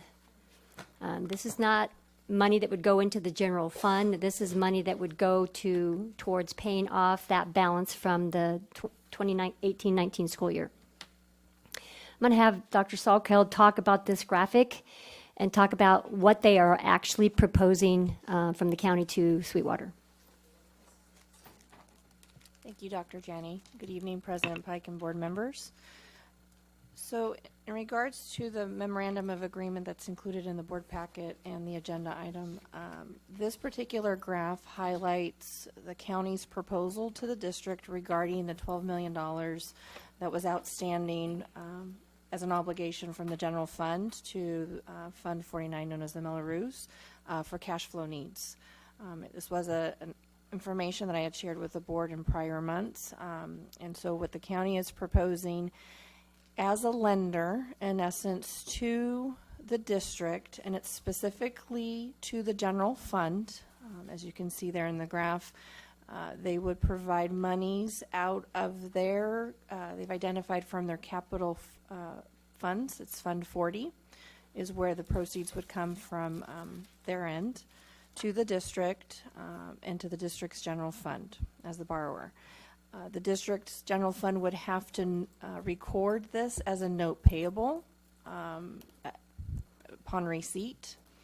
And what is stipulated also in the agreement is that those funds would immediately have to pass through the general fund as the note holder, basically, or as from the note standpoint, then to Fund 49 to immediately pay off that June obligation. As stipulated in the agreement, those monies, that loan, would have to be repaid back with interest from the general fund, because that's where the note is recorded, back to the county office by June 2020. And so that interest payment would be made from the general fund. At this point in time, the manner and how this has been most recently and as in prior years, when the borrowings were occurring between general fund and the Melrose Fund, is the interest was being paid directly to the Melrose. So upon deposit of that $12 million, Melrose will earn the interest, which is the current rate at the county, but those monies, that interest, has to stay within the Melrose. So general fund is obligated to pay the county the interest due. And just for everyone's information, this is not something that we requested from the county. The first time that we heard this offer was in an email on July 10th, where they sent just an email to me with an MOU proposing this idea. We've had a few conversations with the county office regarding this loan. Again, this would not contribute to any general fund or operational purpose. It would go directly to to pay off the balance to Fund 49.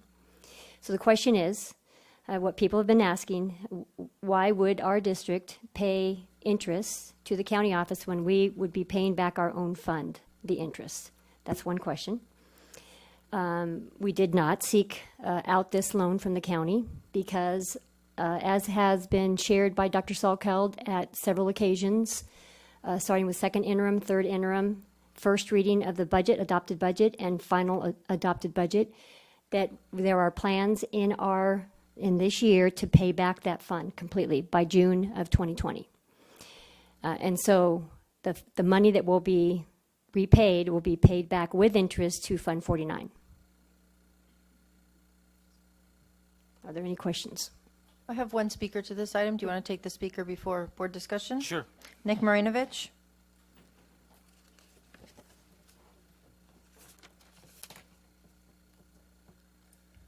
Good evening again, President Pike, members of the board, Superintendent Janning. I'm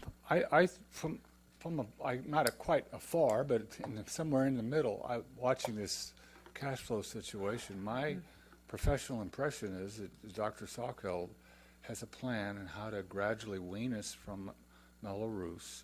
It's proceeding deliberately. We're using the county treasurer, and your explanation, to be honest with you, I was kind of baffled why the $12 million loan was offered in the first place, other than putting you in a defensive position. I'll be honest with you, that's what it appears to be like. And this, again, back to the politics, here's what I would recommend, and you can take it for what it's worth. And all of you are individually each have your own personalities and style, and some of you are not what I would call, You don't want to be, and that's okay, what I would call the super leadership type. You know, you're here, you came as a trustee, and that's your thing. And then there's others that I think I would like, as a community member, for somebody to step up to the plate. And here's how you would do it. You get two board members together. So you know what we need? We need to get these two agencies together at the elected official level, along with the strong staff support. And this dueling stuff in the media, back and forth, does nobody any good. But it's like, who's going to budge first? But I think the community would be better served to have a new strategy, that we bury the goddamn hatchet between these two public agencies, you know, and throw your political agendas aside and work together for the benefit. Because we've got, you know, the clock is ticking on the bond program. There's stuff that needs to be done, and you need to restore the confidence in the financial markets. And if you're bickering back and forth, you know, it's going to hurt that process. And I just think, you know, the blame game in local politics isn't a good thing.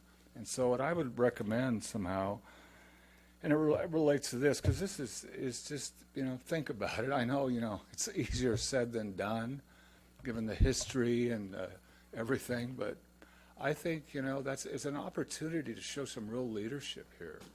And that's my personal opinion, and take it for what it's worth. But thank you for listening. You all listen. Very good. Thank you. Thank you. No further speakers. Mr. Segura. Thank you, Mr. Marinovich, for those comments. My question was along those lines. And obviously, I think this loan would have been more beneficial prior to June 30th. So taking it now wouldn't make any sense. But my question was regarding our plan to remedy this. It's if Dr. Shalka, if you could expand on that. Mr. Segura, sorry, Mr. Solis. So in regards to our plan, so the district started actually with an ending balance from general fund to Fund 49, beginning of the year with $36 million.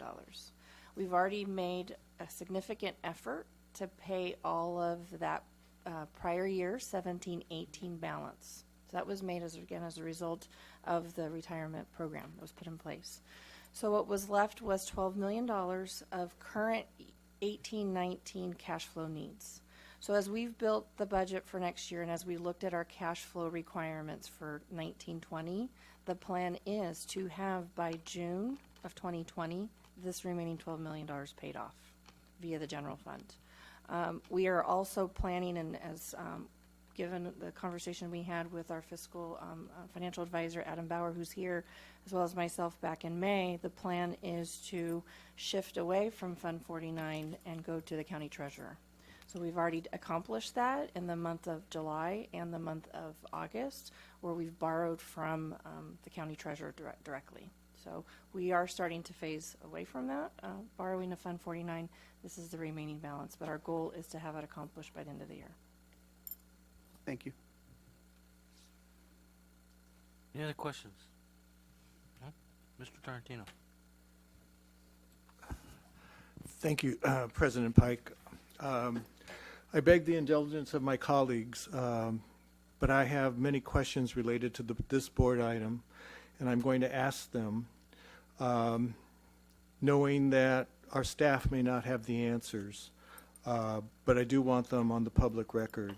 And I'm appreciative of the fact that San Diego County Office of Education Board Member Ms. Gonzalez is here to listen, and I'd be happy to give you a copy of these questions upon you leaving, so like that perhaps I can get some satisfaction and our board can get some satisfaction in terms of the answers that I have. I'm disappointed that Deputy Superintendent Simonson nor Fiscal Advisor Mark Scavarna are here tonight to provide some background as to how this $12 million loan proposal from the San Diego Office of Education made it to the agenda of the San Diego County Office Board of Education on July 24th. In addition, the memorandum of agreement drafted solely by the San Diego County Office of Education staff begs many questions, which, because of their absence, will be left unanswered.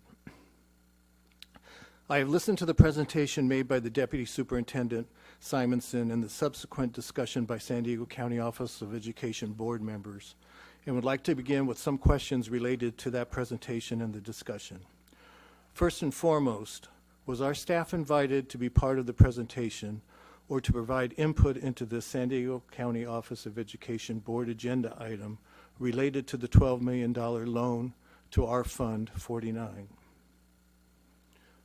I don't know if anybody can answer that. These are just kind of rhetorical questions that I have in my mind. Well, but we were not invited to the board meeting. So if there are answers, if staff feels comfortable answering, then I would appreciate that. I was surprised that Superintendent Gothel did not participate in the discussion of this item. Is it not the superintendent's role to help lead the discussion of agenda items presented to the board? In fact, Mr. Simonson made that comment in a letter, email letter to Dr. Janney, dated, I believe it was August 8th. Throughout the presentation and discussion, the terms violation and noncompliance of Ed Code seem to be used interchangeably throughout the discussion, both by Mr. Simonson and by Member Munoz. Yet, if in fact non-payment of the $12 million to Fund 49 is a violation, why was it that Mr. Simonson was unable to identify the oversight agency related to the penalty associated with this violation?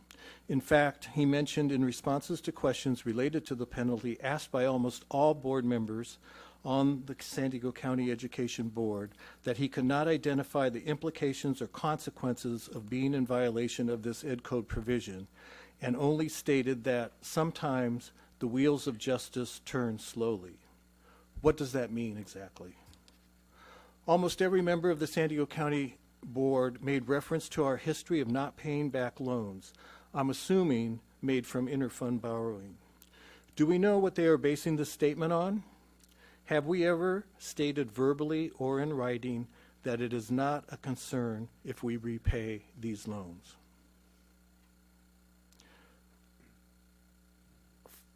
Board Member Gonzalez, and I'm glad you're here, and Mr. Shea made reference to receiving numerous communications from constituents related to transportation and mobile device issues in our district. Have either board member contacted us and shared these concerns with our staff? In his presentation, Mr. Simonson stated that there would be no loss of money for either the San Diego County Office of Education or the Sweetwater Union High School District if we accepted the terms of the MOA. Yet, in this staff analysis that is before us, the $12 million loan from the county would include the impact of paying the $12 million back to the county plus interest from the general fund in the amount of approximately $200,000 to $300,000. I'd like to know what Mr. Scaverna's reaction to this was, since he is assigned as our fiscal advisor, ensuring that we are making sound fiscal decisions. Would this be considered a sound fiscal condition? If there is no penalty that could be identified with the late repayment to Fund 49, wouldn't it be better that the interest owed because of the interfund borrowing be paid to the fund from which it was borrowed and not to an outside party? Finally, in the letter from the San Diego County Office of Education dated August 7th, 2019, which disapproves our 2019-2020 budget, our fiscal stabilization plan is characterized as unreliable and based on inaccurate financial reality of the current budget totals. Why would this be noted in the correspondence when in his presentation to the San Diego County Office of Education Board, Mr. Simonson states that it is highly likely that the Sweetwater Union High School District would be able to pay back the $12 million borrowed from Fund 49 based on the documentation presented to the San Diego County Office of Education? Have we provided differentiated documentation to the San Diego County Office of Education related to the repayment to Fund 49 versus the documentation related to the balanced 2019-2020 budget and our fiscal stabilization plan? If not, how do we account for the discrepancy? I would be happy to give these to you, Ms. Gonzalez, and hopefully you can bring them to Mr. Simonson and Mr. Gothel, and hopefully we can get some responses. Thank you. That's all I have, President Pike. Thank you, Mr. Tarantino. Go ahead, Mr. Segura. Thank you, President Pike. And I'd like to thank Mr. Tarantino for your in-depth questions there, and look forward to the answers. And I know well, we have work to do to around our budget, but I do stand by it that we voted on, and we'll get it done. And I would say that this if we were to entertain that and do the $12 million loan, it's not going to get us any more buses, not going to get us any more computers, it's not going to get us any more sped teachers or aides that we definitely sounds like we need. And we'll still have the audit findings. So I appreciate Mr. Marinovich's comments. I think they were right on mark. While I think and have advocated for better communication, as you've heard from me up here, and doing a better job of that. We only have one gentleman who does that, and he has an aide, and he has to do grants as well. So, but we need to do better with that, and that's it'll need some help with that. But there's a lot of energy and time spent in sending letters back and forth, right?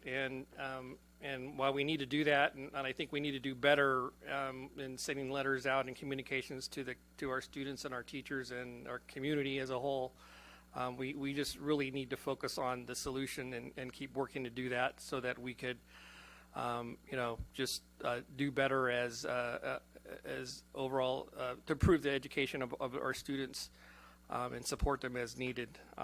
So that's really all I had to say in regards to this. Thank you very much. Thank you, Mr. Segura. Okay. This is not on a vote, so okay, it is on a vote. Okay. Do I have a motion? Motion to deny, or vote no. To deny the memorandum of agreement with the San Diego County Office of Ed? Yes. Second. How about we just don't vote on it? How about not having a motion?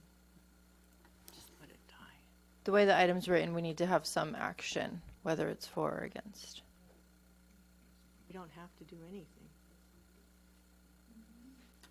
We can let it die for lack of a motion. There's a motion and second on the table. On the table. So you can withdraw it.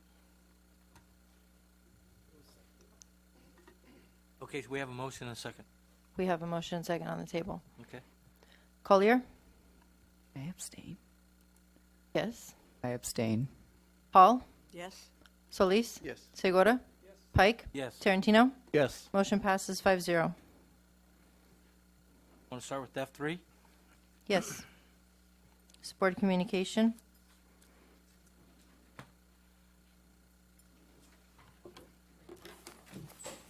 Mr. Segura. All right. So I went to on a more positive note. I went out to the Castle Park Middle back to school a night the other night. Got there late, but I was able to meet with the principal and some parents and some of the volunteers that help keep our schools going. And I really enjoyed that. I have to admit I missed last year's, so I wanted to make sure I went to that this year. And actually met a few of the teachers, and I have one of the names here. I believe her name was Miss Erica Savala. She actually went to Castle Park Middle or graduated from Castle Park Middle and Castle Park High School, and is back teaching at the school at Castle Park Middle. So that was cool to meet her. And that was very a positive thing. And then in regards, I do have an ask. So my ask is, I read the email from the students from Bonita Vista, so I kind of want to know what our policy is and what we're doing about trying to get seniors that are bringing their own laptops to the school, being able to use our Wi-Fi and get in their codes, because that seems like that is a very important thing. And then and maybe an update, and not maybe, but also an update on what computers have been sent out for the seniors to use in terms of carts and stuff to the different schools. And that's it for me. Thank you. Mr. Solis. Thank you, President Pike. I was able to attend the Unidos US conference at the convention center. They had excellent speakers and a great family expo. They had backpack giveaways and a lot of checkups, which was fantastic, free of charge. And also was able to attend Sioux High and the Chula Vista High open houses. I had to split the time because they're at the same day. I saw the performances at Sioux High and then got to walk around with Ms. Peralta with the teachers and students, and really good turnouts. So great job for that. And also with regards to special ed teachers, how many positions do we have open? If we can get that that are out, so that need to get people in there, and also with the assistants. And also with regards to the school buses and the school bus drivers positions that we have. Can you respond to that, Dr. Glover? How many, do you know off the top of your head how many open special ed teachers we have, aide positions, and bus driver positions? No, I don't have the number for me for the special education teachers. Those are posted, and we're recruiting continuously, and we're working with San Diego County Office of Education, believe it or not, because they have a program for interns, so we're currently working with their HR department. Bus drivers, we currently have 6 openings. We've posted for 4, and 2 more will be posted in the near future. We have 18 substitutes, 10 of which actively work. And IAs?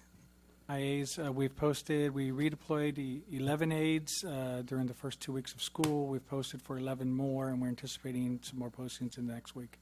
Yeah, just some additional information. The 3 most challenging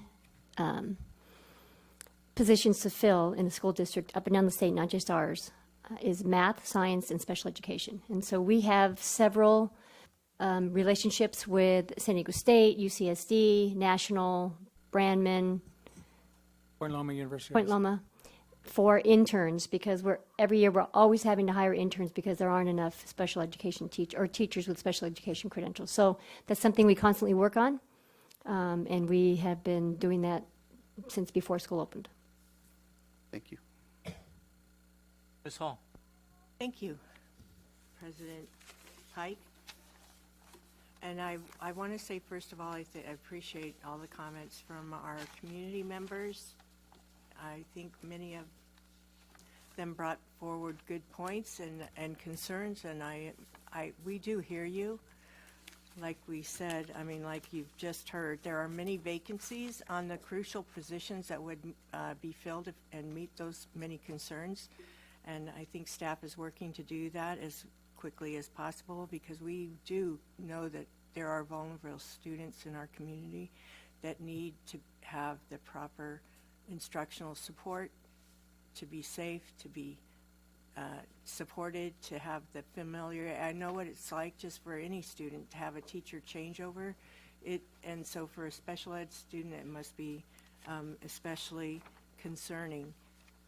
I would like to say that I attended 2 open houses this week, one at Southwest High and one at Mar Vista High. I kind of got on the back end of the Mar Vista High one. I went to several classrooms there, and I got escorted around by the principal, Bettina Batista, and the AP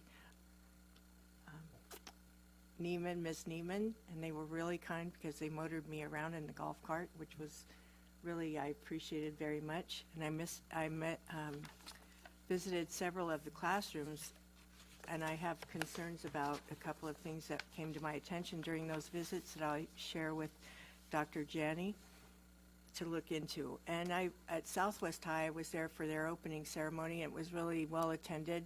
And the booths that the students had set up for the beginning when parents were there, and the performances by their dance and their cheer and their ballet, their mariachi, so excellent. It was really entertaining, very good. The students were enthusiastic about it. They had tap, and they had jazz dance, and they had a cheer.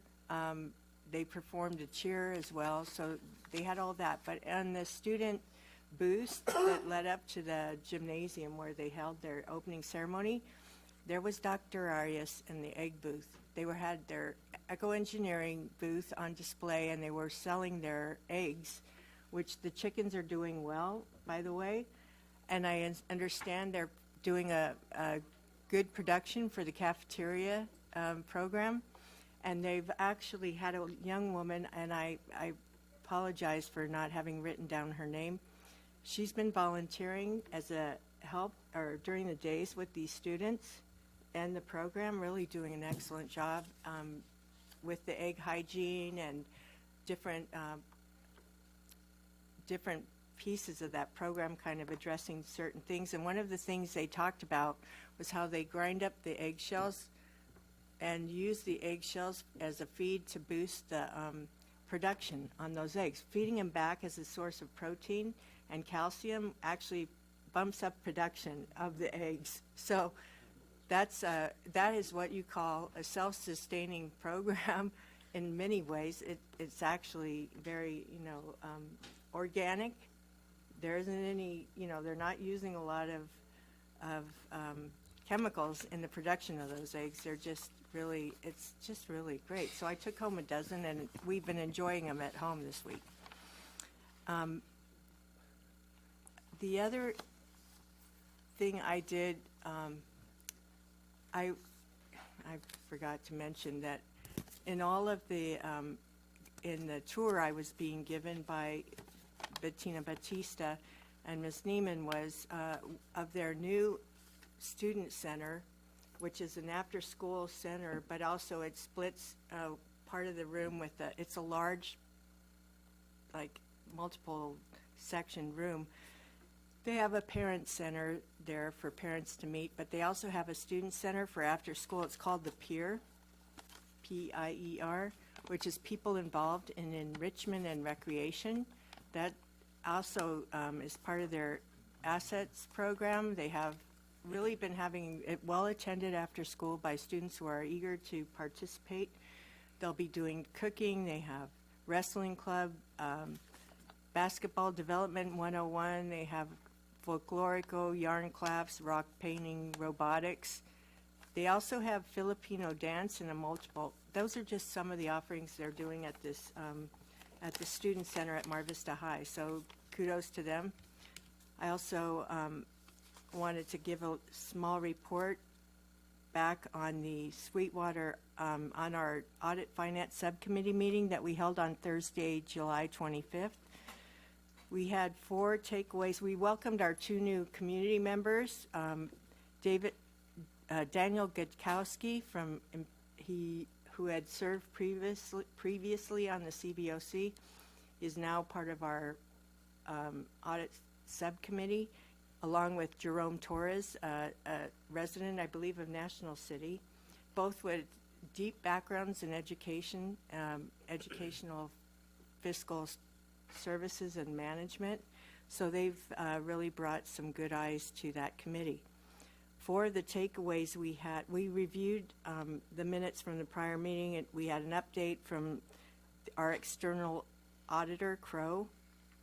We also heard from our internal auditor on some items, and the financial report from our CFO, and reviewed the calendar and our standard agenda items. And for the takeaways we had for that is, one, an update on the fraud hotline and how that's communicated to the board and how it's done. If we need to have it, a deeper report to the board directly, and if it's done quarterly or annually, so that we understand really if it's serving a purpose or not and what those items are. We also, thanks to board member Solis's suggestion, we're adding a column on the external and internal audit timetables, the calendars that we have to kind of guide our work, so that they will have a column that they can note whether it's a finding or it's been corrected, things like that, so we can see that. Mr. Torres actually asked for a review of all the indemnity and liability instructions, the hold harmless clauses in all our contracts, to make sure that we have those items on file and in good order, so that they're current and they're actually backed up with insurance documents from the vendors or consultants. And I thought that was a really good, significant suggestion.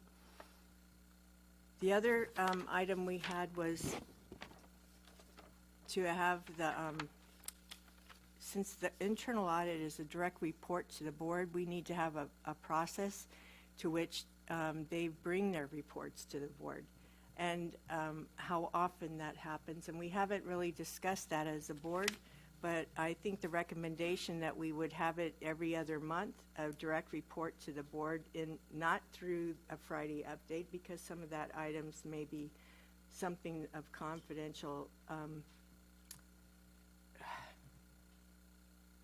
of confidential nature. Thank you. And so I would ask if we would do that through the chair and the board member on the subcommittee, or how we want to do that, because the subcommittee is currently only meeting quarterly unless there's something for them to address and a special meeting is called, which we might have after the unaudited actuals come out. We might actually have a special meeting for that to review, but we'll only be meeting quarterly, and sometimes these issues may come up that need action from the board or attention from the board at a sooner time. So how that will go, the internal auditor should be able to send that directly to us, either to the chair and the board member on that committee, or to the full board. I don't know what you all want to do. So that's all I have to say, and I thank you. I think I did have something else, but I totally forgot, so thank you. Okay. Mr. Tarantino. Thank you, President Pike. I'd like to congratulate the students throughout the district who participated in the VAPA Summer Institute production of Shrek, the musical. It was held at San Ysidro High School, and I have to tell you, if that production was at the Civic Theater, one would think that they were professionals. They did that good of a job with the music and the lines and the costumes. I have to tell you, it was really amazing. And again, I was blown away by how they performed and the degree of professionalism that they exhibited. And so, thanks to everyone who helped put that together. I also would like to thank Dr. Aguirre and Janaea Quirk for an excellent facilities subcommittee meeting. The information that was presented was excellent, and I'll defer to President Pike for more detail. Also, I'd like to congratulate Mikey Williams, who is an incoming freshman. He's a basketball player. He's entering San Ysidro High School, and apparently he is ranked #1. I don't know exactly where, but being in the nation. Okay, that's even. I thought it was maybe in the county, but that even is more to his credit. And as a freshman, he's already been offered scholarships to Arizona, Arizona State University, San Diego State, New Mexico, and Utah. So he's going to be someone to watch, according to what the UT says. And he received a whole spread below the crease, but nonetheless a whole spread in terms of his ability. In terms of asks, I have a number of asks. First of all, I would respectfully request a copy of what was presented to the state on July 19th by our special education department in terms of the inquiry that they had to comply with, and I don't know exactly the name, but I went to the first Cookies with Carrie, and it was mentioned that something was to be presented to the state by July 19th, and I was wondering if the board could receive a copy of that. I also have a request that in the future that individuals who are putting on meetings and open houses and whatever is going on at the district, that they stay away from conflicts with each other. I also received emails from parents in terms of what Ms. Cheers brought up in terms of they were torn between having to go to the special ed meeting and their child's open house. And there were 11 or so sites that conducted open house on the same night, which was August 8th. So in the future, if there could be better coordination between the district office and the sites in terms of scheduling those meetings.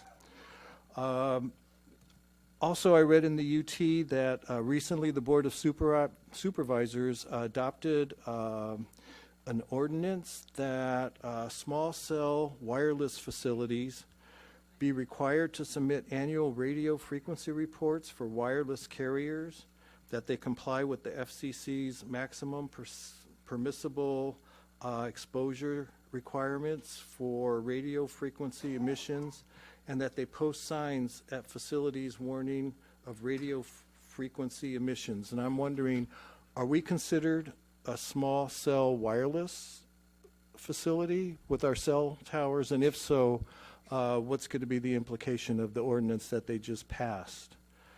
Let's see, what else?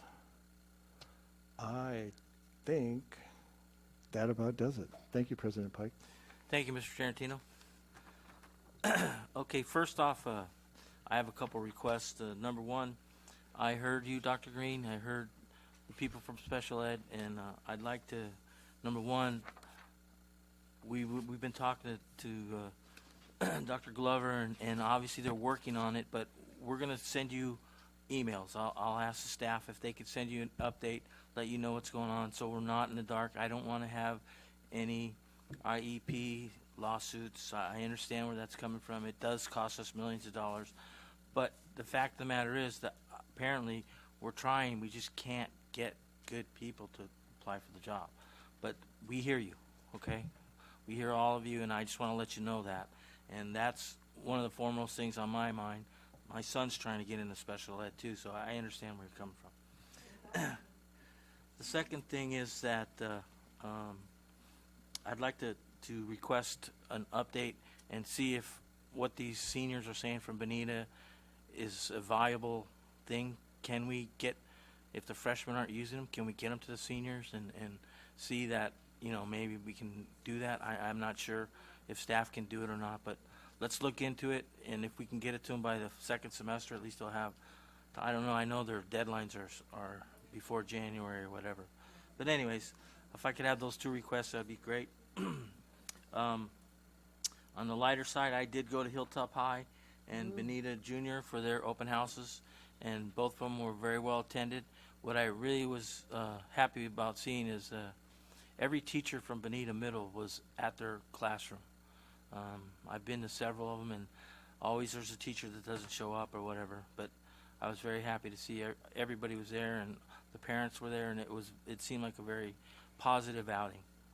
The next thing I want to do is I want to give kudos to our former CBOC members, Dominique Navarro and Mr. Daniel Gutowski. I know Daniel switched over to your side, but he still donated 3 years of his time for us, so thank you very much to those two individuals.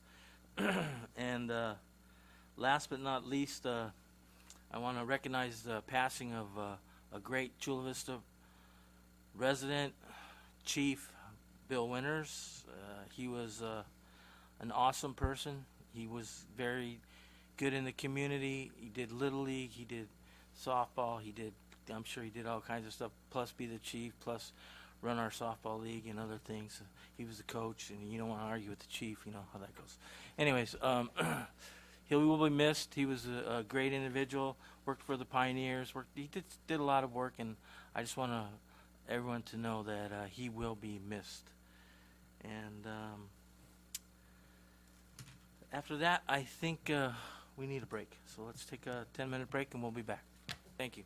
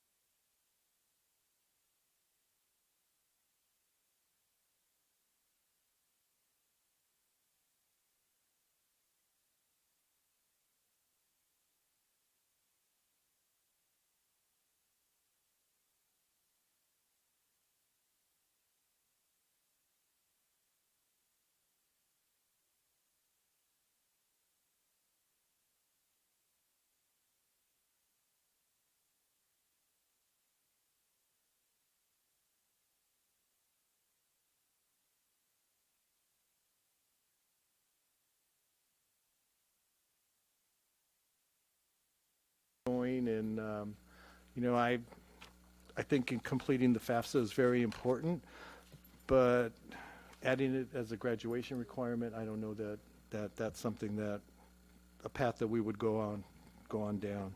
Also, Assembly Bill 272, which was signed into law by Governor Newsom on July 1st, allows but does not require a school board to adopt policy to limit the use of smartphones by students while they're at school.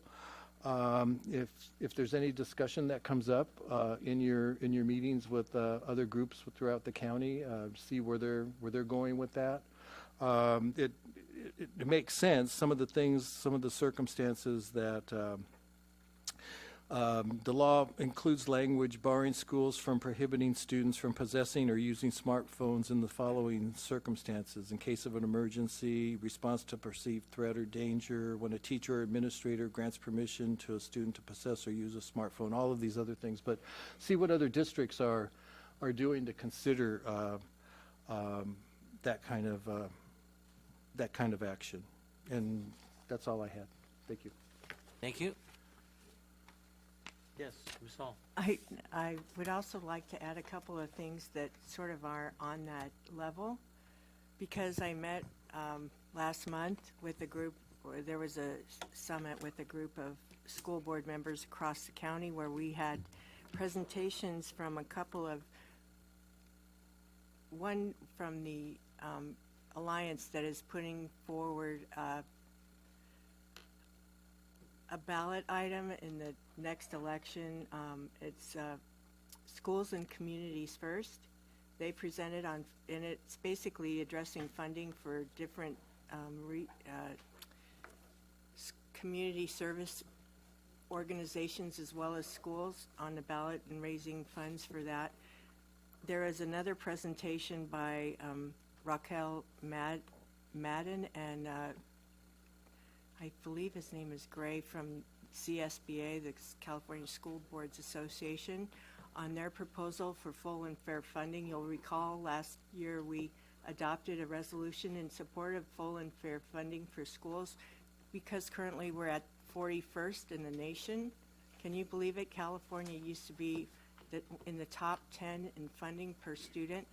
We have fallen to 41st in the nation, and that is one of the struggles that every district faces in providing ongoing support and continuing their to provide excellent educational opportunities to all students. It's the fact that the funding levels, it really has very little to do with, you'll hear a lot of conversation about how we just spend it on school, on giving raises to teachers and things like that, and that really is not the truth, but that's what a lot of people in the media want you to believe. However, we do have a struggle in drawing teachers. You have to provide incentives to bring qualified, excellent teachers to a district, and we're really having a challenge, as you heard earlier, with the shortage in special ed teachers and even instructional assistants. Those opportunities,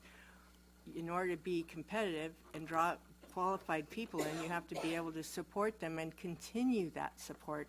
And as every district, and as we've heard, there's so many across every day, you hear about another district facing deficits because funding levels in California are not, for the nation state with the highest economy, the largest economy in the nation, to have one of the lowest funded per student education levels is really horrendous. So they were informing us about that proposal and what it would take to get it on the ballot, which is a lot of signatures to have that qualify for a ballot measure in the future.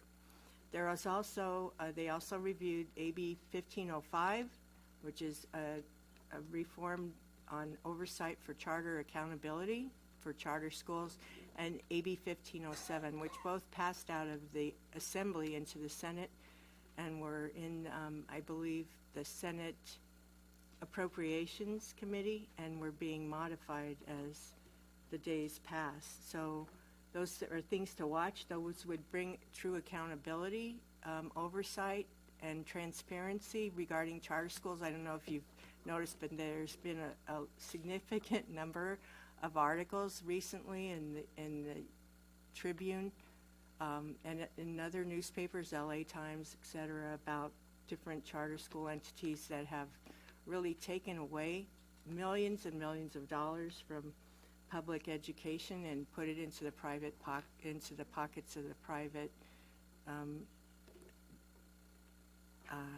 overseers of those charters. So I think those are two bills to really watch and support as we move forward.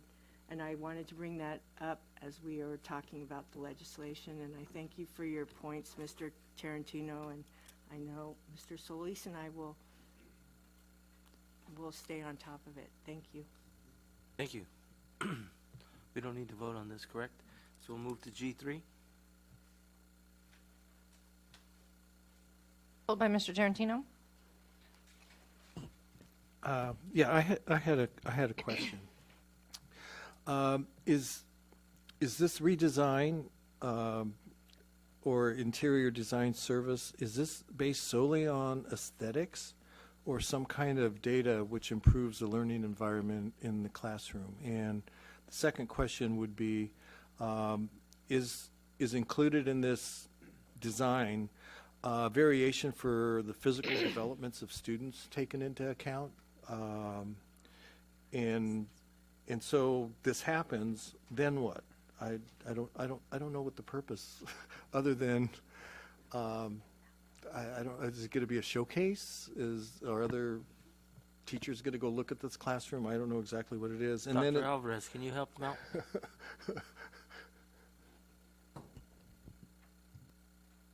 Good evening, board members, Dr. Janney, the public, Mr. Tarantino. So the reason this came to pass at Olympian High School is that Miss Anna Savino, she's one of the teachers at Olympian, she was actually watching a network show about WeWork and was really interested in the work that they did. And so she started following them, I believe, on Twitter.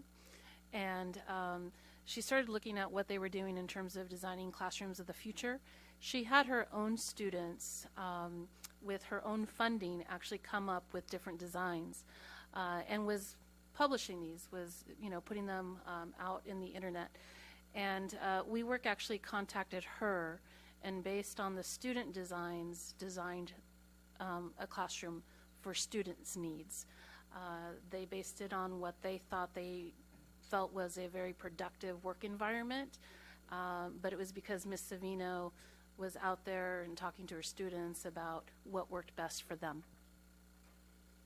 will we be able to go out and look at it when it's finished? Definitely. I think we're all excited to see Okay, what all right. Ms. Savino and her students ultimately came up with. Because that would, and if we can't actually go to the site, maybe some pictures or something? That I'm there probably every other week, so I can take Okay. pictures. Okay, Definitely. thank you. That's all I have. Okay. Any other questions or concerns? Otherwise, I'll entertain a motion. So moved. You have a question from the student? Oh, I'm sorry. Go ahead. Just to clarify really quickly, this is for Avid buildings, or what exactly is this for? So it's for Miss Savino's classroom. She actually teaches English learners, and she also teaches SEI classes for English. So it's for students throughout the day. No further questions. Thank you. Okay. Second. We have a motion and a second. Collier? Yes. Hall? Yes. Solis? Yes. Segura? Yes. Pike? Yes. Tarantino? Yes. Motion passes 5-0. Okay, let's try G5. Pulled by Mr. Tarantino. Yes, I just have a request that perhaps for next year, we consider only giving the PSAT to 11th graders. That's really the only grade that we should do that for because of the purposes of the National Merit Scholarship that's involved in that, and it could be used as a cost savings. Sometimes the 10th graders aren't even exposed to the information that's on the test yet. So just as a cost savings, maybe for next year, to take a look at that. Why not just pull it this year? Okay. We can do that. Dr. Alvarez says yes, so there we go. So I wonder why we would approve it for this year if we're not. Why would we approve it this year if we think it's not something that's really necessary and we need the savings this year? My response would be, I don't know how far along they are in the contract process, so I don't want to. Well, you mean they've moved a contract that we haven't approved? No, but I don't know what kind of negotiations have been entered into it, or if there are any negotiations. Dr. Alvarez. So to address some of the concerns, there's actually 4 different types of PSAT. There's a PSAT 8 ninth, which we don't offer. There's a PSAT 10, which specifically focuses and targets on what would be college level coursework, but to the level that students have already seen that.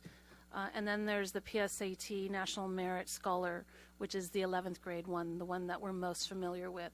So PSAT has expanded their offerings. We do utilize AP, in particular for AP Potential, the PSAT for AP Potential, and that is something that our counselors work with students. As students take the assessment, they look at what AP courses they could take in the future, because based on their qualifiers, they might have more aptitude, for example, towards the psychology or the math based on their results. But we have looked at different options. We do understand that there are cost-saving measures. This, in particular, of having 10th and 11th graders has been traditionally something that the district's done in the last 5 or 6 years. I believe that we are, although we have not ordered the exams, that our sites have planned around 10th and 11th graders taking those. And so there would be other options that we would have to put in place for that testing day for students. That doesn't mean that it can't be done, but just the reality of changing schedules and providing options for students.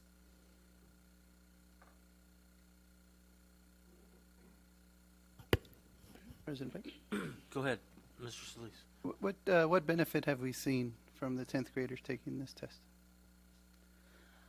Well, one of the things that we have seen is that we've increased the number of students taking APs. As I said, the advanced placement for students. So we've almost doubled the number of APs that students have taken since 2013 to now, and we're also seeing an increase in the percentage passing. So having that AP potential, identifying students, supporting them.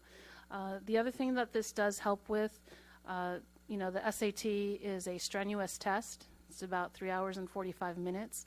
Other than, students in 7th and 8th grade taking the CASP, and then our 11th graders taking the CASP, students aren't as exposed to long periods of testing, and it takes stamina to take a test and to be able to process and think about how do you attack a question, how do you look at answers, how do you eliminate answers, how do you process quickly through an assessment, and that's something that this gives exposure to our students that not necessarily would it happen if they were left to do it on their own.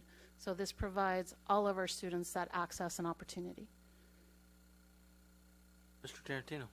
I would also say that we offer at our school sites SAT prep classes that would prepare the students for that. So I don't know that that's a make or break thing personally, but. Unfortunately, we just don't offer those SAT prep classes across the board for everyone. So there are some schools that do provide that, but it's not uniform that every single student would be getting that preparation. Okay. Yes. Move to approve. Okay. Approve. Do I have a second? I'll second. Okay. Collier? Yes. Hall? Yes. Solis? Yes. Segura? Yes. Pike? Yes. Tarantino? Yes. Motion passes 5-0. Okay. Let's move to H1. Followed by Mrs. Hall.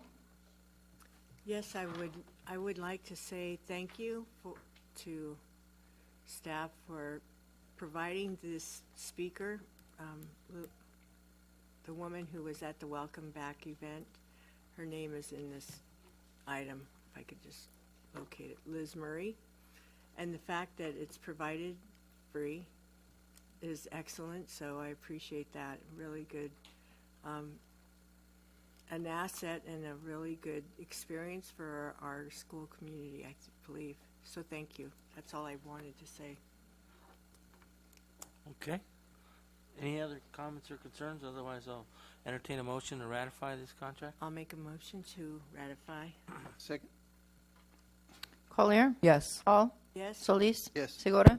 Yes. Pike? Yes. Tarantino? Yes. Motion passes 5-0. Okay, H3. Pulled by Mr. Tarantino. Yeah, I just had a question.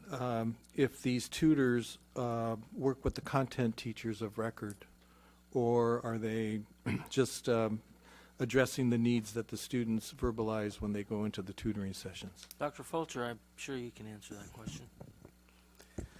They work indirectly with the content teacher, so counselors could be involved in providing some information to these tutors. But in most cases, they'll work through the homeless and foster and youth office, which is now named Youth in Transition and has a different title. So in the majority of the cases, those are the people who serve as the intermediaries.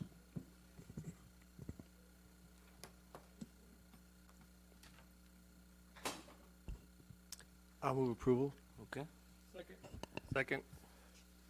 Collier? Yes. Hall? Yes. Solis? Yes. Segura? Yes. Pike? Yes. Tarantino? Yes. Motion passes 5-0. H4. I have one speaker, Kathleen Shears. Okay. When I initially reviewed this, I thought, what a great idea. Then I noticed paragraph 3, from school by adult. And then I noticed under fiscal impact, disabled. At last week's SPED meeting, there were parents who shared that their child was expelled the first week of school, and that they were now looking for an alternative campus to send their child to. They were told that it could possibly be East Hills Academy, and that when the parents questioned about the transportation, they were told yes.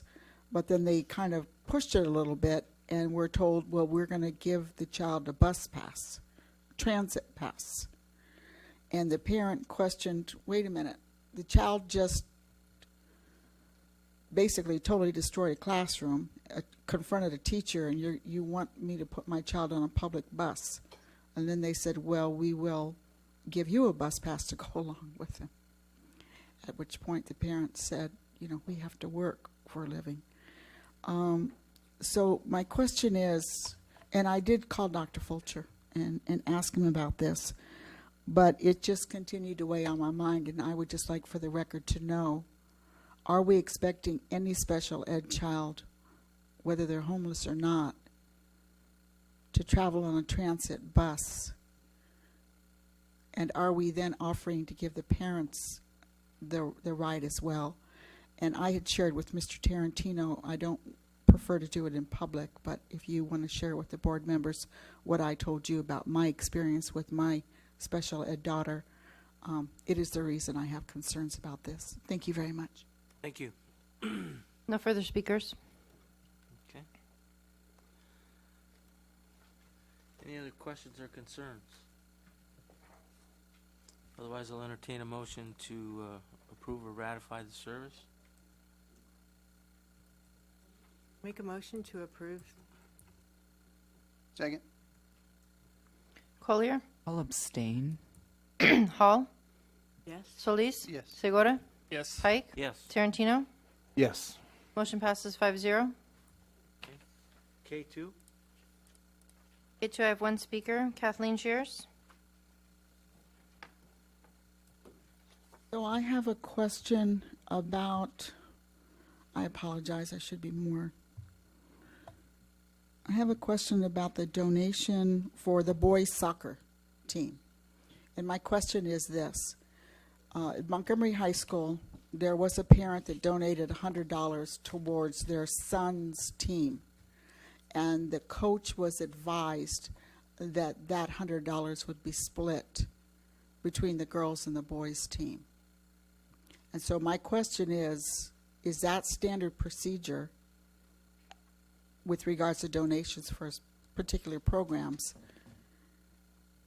And if it's not, or I just need the question answered. Why was my coach told that? Thank you. No further speakers. Go ahead.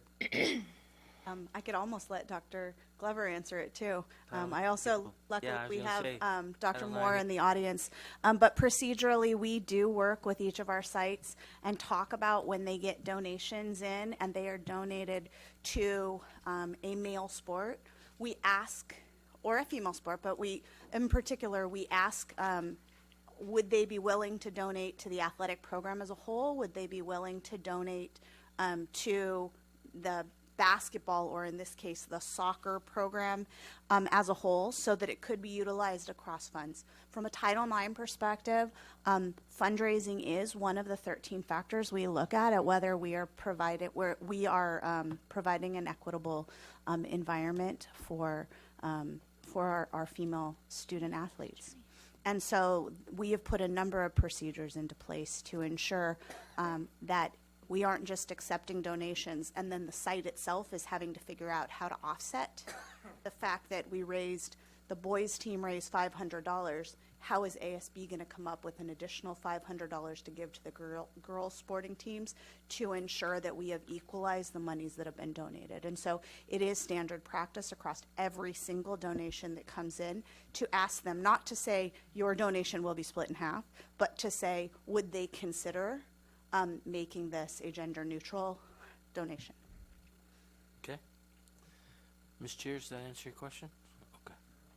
Any other questions or concerns? Yes. Can we turn the air on, please, Yes. Ian? The electrician's getting hot over here. I know how to run controls. Okay. All right. If not, I'll entertain a motion. So moved. Second. Collier? Yes. Hall? Yes. Solis? Yes. Segura? Yes. Pike? Yes. Tarantino? Yes. Motion passes 5-0. Okay. K3. We have a staff presentation. I have one speaker. Would you like to hear the presentation first? Yes. Maybe that'll answer the question.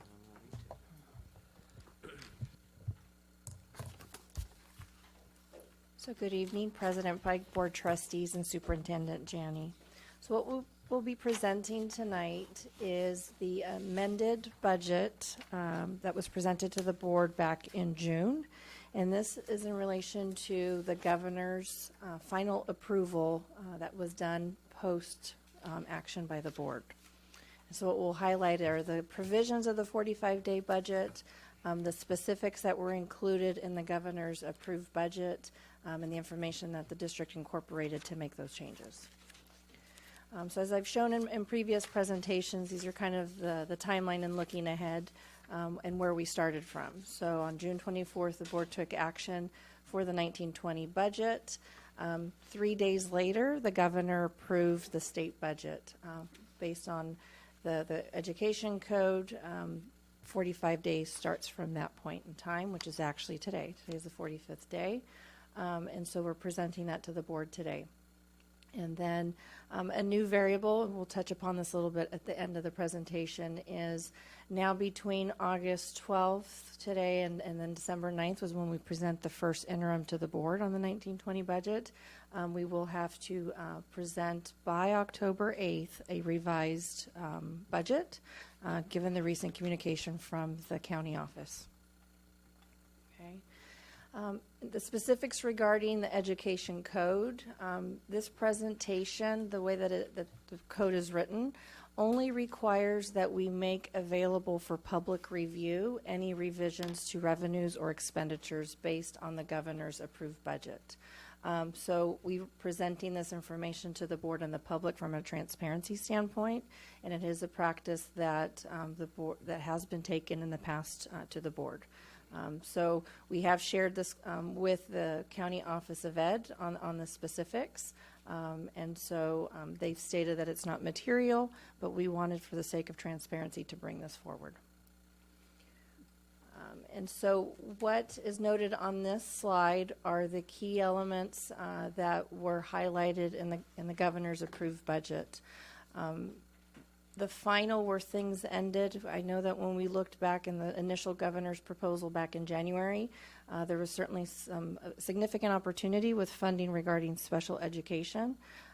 But where that ended up after the legislatures and finally with the governor, those numbers now stand based on our special ed local plan agency, or the SELPA. They're estimating that the district will receive an additional $127,000. At one point, we thought it would be a lot more, but these are the estimates that were provided just even most recently, as of last week, from the SELPA. And the next item is the CalSTRS employer contribution rate. That settled at 17.10 or 17.1%. This was the amount that was initially included in the governor's January proposal. When the May revise was issued, it went down a little bit to 16.3, but we held with the higher number to see where things would pan out. And so, fortunately, with not making that change as of May revise, we held with the original number from January. So there's no change to the budget that was presented in June in regards to CalSTRS. However, with CalPERS, these were the negotiations from May to June at the state level. The district had originally included in the budget 20.733%. With the contribution made at the state level to PERS employer rates, that decreased it to 19.721. So we're estimating, based on the budget data, that that'll be a savings of about $383,000, almost $384,000. The other key variable that stayed since May revise was the cost of living adjustment. That's 3.26. That impacts a lot of the revenue, so there was no additional revenue. That number stayed once the governor approved the budget. And so with those items, we use a template that's provided by the county office. So this is what they've shared with us. This is what we will then present to them as well. And again, you can just see the items that I just touched upon, the specifics, the $127,000. What that'll do is reduce the contribution needed from the general fund to the special ed program by the $127,000, and then the offset, which is basically the savings on an employee benefits line item. And so that will net out right now to $510,000. So that amount will be applied towards the budget solutions, or the items that we had identified back in June. Okay. And so in terms of next steps, as I mentioned, with the county's most recent letter, so post September 9th, because we are planning to bring to the board, per the requirement of Education Code, by September 15th, we need to bring the unaudited actuals for 18-19 to the board on September 9th.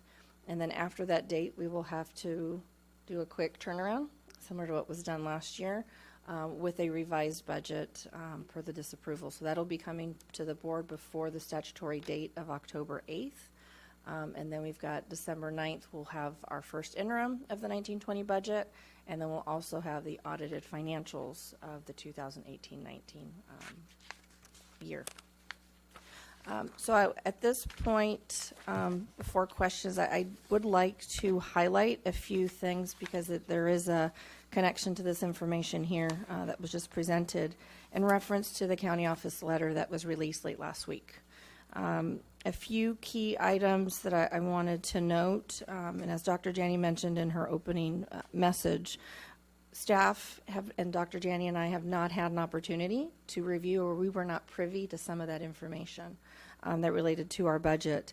The key takeaway and the key area for the reason for the disapproval relates to the $11 million amount that was included in the June budget and had also been presented in prior meetings with the third interim back in May, as well as part of our fiscal stabilization plan back in March. That there would be a need to bargain or work with our labor partners to solve $11 million shortfall. So that was part of a budget solution to have that accomplished into 1920. I know there's been a lot of reference in the media about $15 million to $20 million. From the comparison from where we're at on our analysis, we're at 11 million. This is not an additional 15 million. So if you take the low end of the county's analysis, again, which I have not been privy to seeing that information, 15 million versus our $11 million, we're talking a $4 million differential. On a $400 million budget, that's 1% or less. I just want to put that into perspective in terms of that information. Again, we've not been able to see that. One thing that we did bring to the board and in negotiations in good faith with CSEA and with NAGE, we did bring in June and in July agreements that were agreed upon by both parties, brought that forward to the board, and then did share that with the county office. Now, there is language in there about contingency with the bargaining with SEA. That is where the county office disagrees with that approach, and so in essence, in that budget that we presented in in June, we had $4 million of a 2-day furlough. So that's that component, leaving then a balance of $7 million to be further negotiated.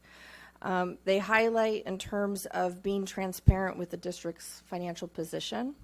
I believe that we have done that over the course of the last year, showing where the district is, that number is our target number, aside from all the other solutions that have been put in place and implemented, such as management elimination, such as the transportation component, and a few other things. So we have been sharing that information with the board and the public. And so that was noted in their letter. The other key variable that from the county's perspective and education code standpoint, they have until September 15th to issue a disapproval. One key variable that could impact that $11 million, again, something we've already negotiated a portion thereof, but the balance of that could be impacted in a favorable way if our ending balance from 18-19 ends much more favorable than what we anticipated. We anticipated about $4.8 million in the red, but the way that right now currently the staff is closing the books, there's a lot of work that the finance team is putting together now so that when we present to the board on September 9th, where we ended the year. So that is a key variable to keep in mind. So they made some assumptions saying it appears, there's $3 million from a payroll standpoint, and Dr. Janney mentioned that earlier about it appears. A lot of statements in here, note that. But I just want the board to know and the public, we're still closing the books, and also our bargaining partners that are here, that is a key variable into where we're at going forward, at least for that 19-20 year, how we end 18-19. And one other thing I wanted to note, although we had $11 million bargaining solutions, and this is not referenced in their letter, is this budget that we presented for 19-20 back in June also does restore the economic uncertainties. That's about $9 million. So at the end, we're in essence talking about the economic uncertainties. I mean, ideally that is code. We've made that commitment. We went through 18-19 without that, but that's $9 million in essence of this $11 million amount that we need to solve for. There was also reference to the district's cash position, and I know we mentioned earlier as we were talking about the loan proposal. For many months, and again I'm mentioning this because a lot of comments get stated to the public and without us having an opportunity to comment, that at one point in time they had hired an outside audit firm and stated that the district would be $20 million with a balance due to the Melrose Fund as of June.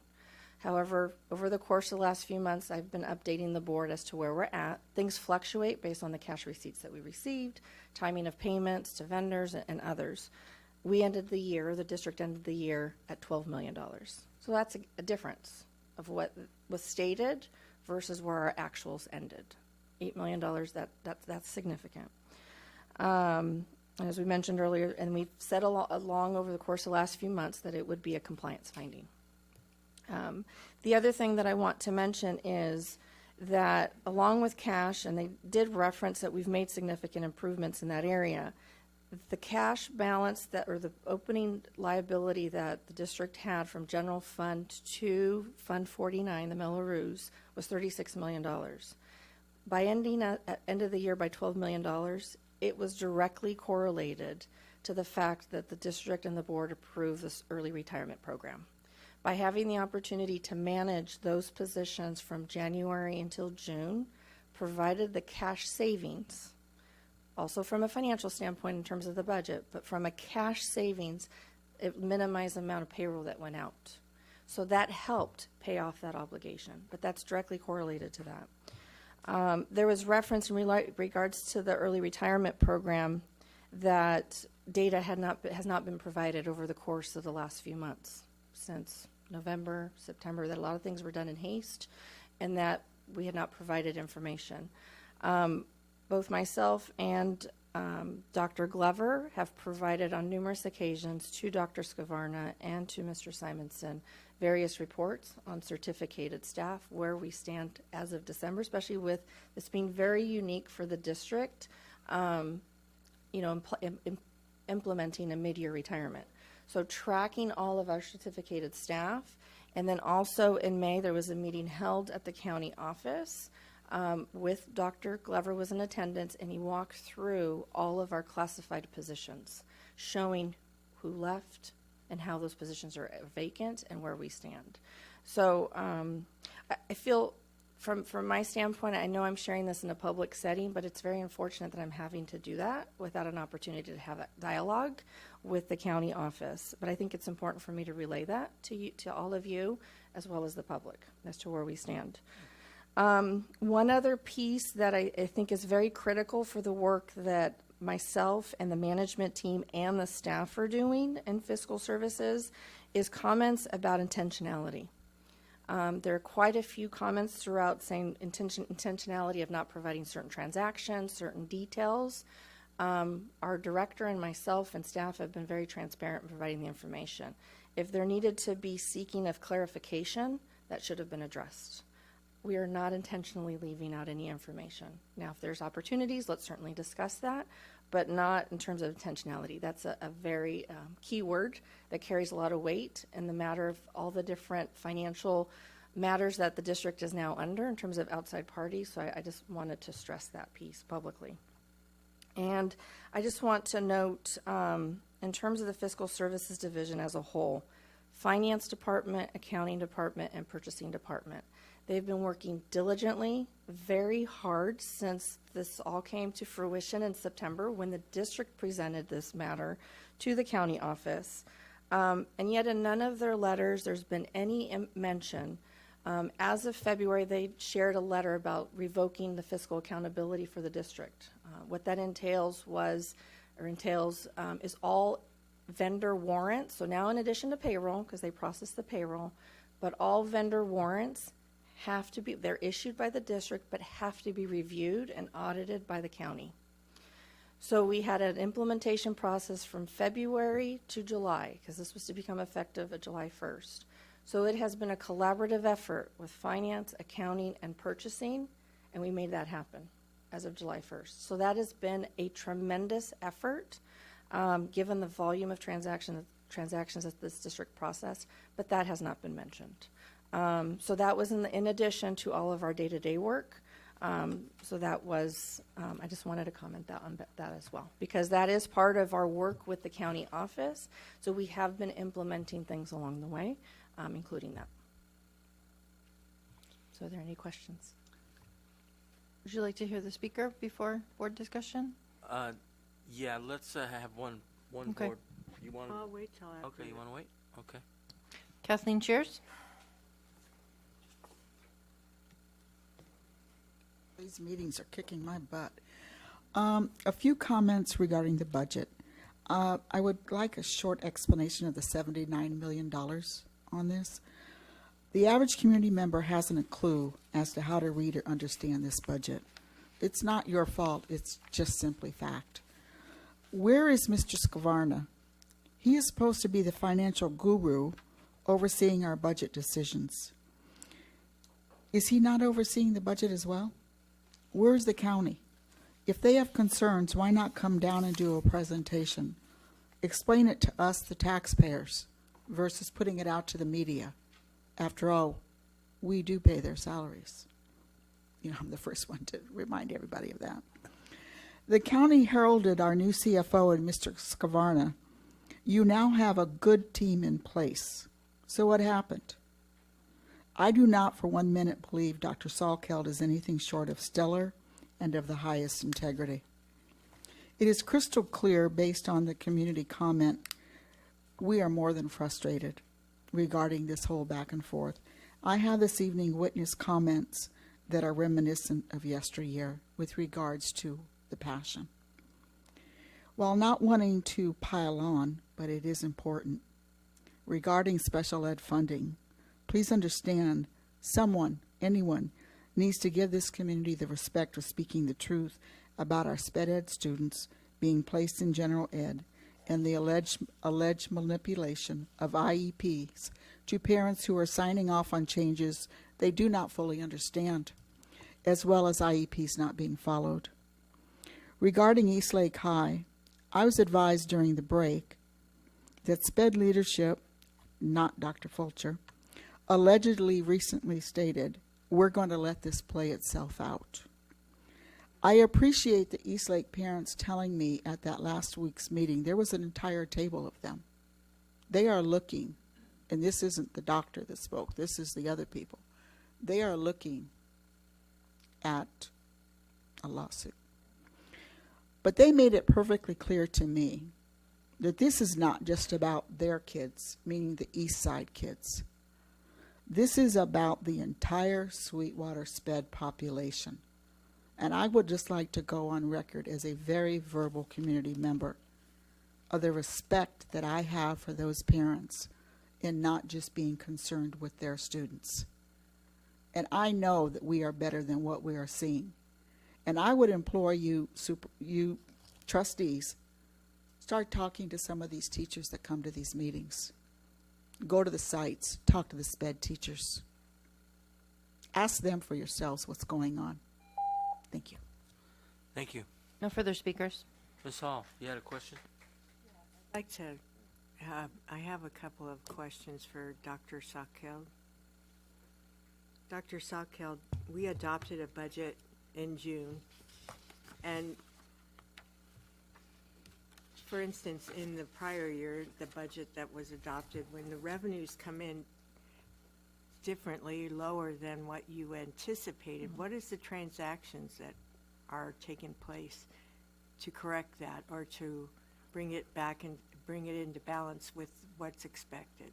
What occurs? So if it's something post the adopted budget and in time for the first interim, that would be, I would call it a budget adjustment that is booked as what's being discussed as a negative budget entry to adjust that down, to So that's align a to the latest normal- information available. Just to be clear, a negative budget entry is a normal transaction that occurs in the financial books in order to bring into balance and into reality the expected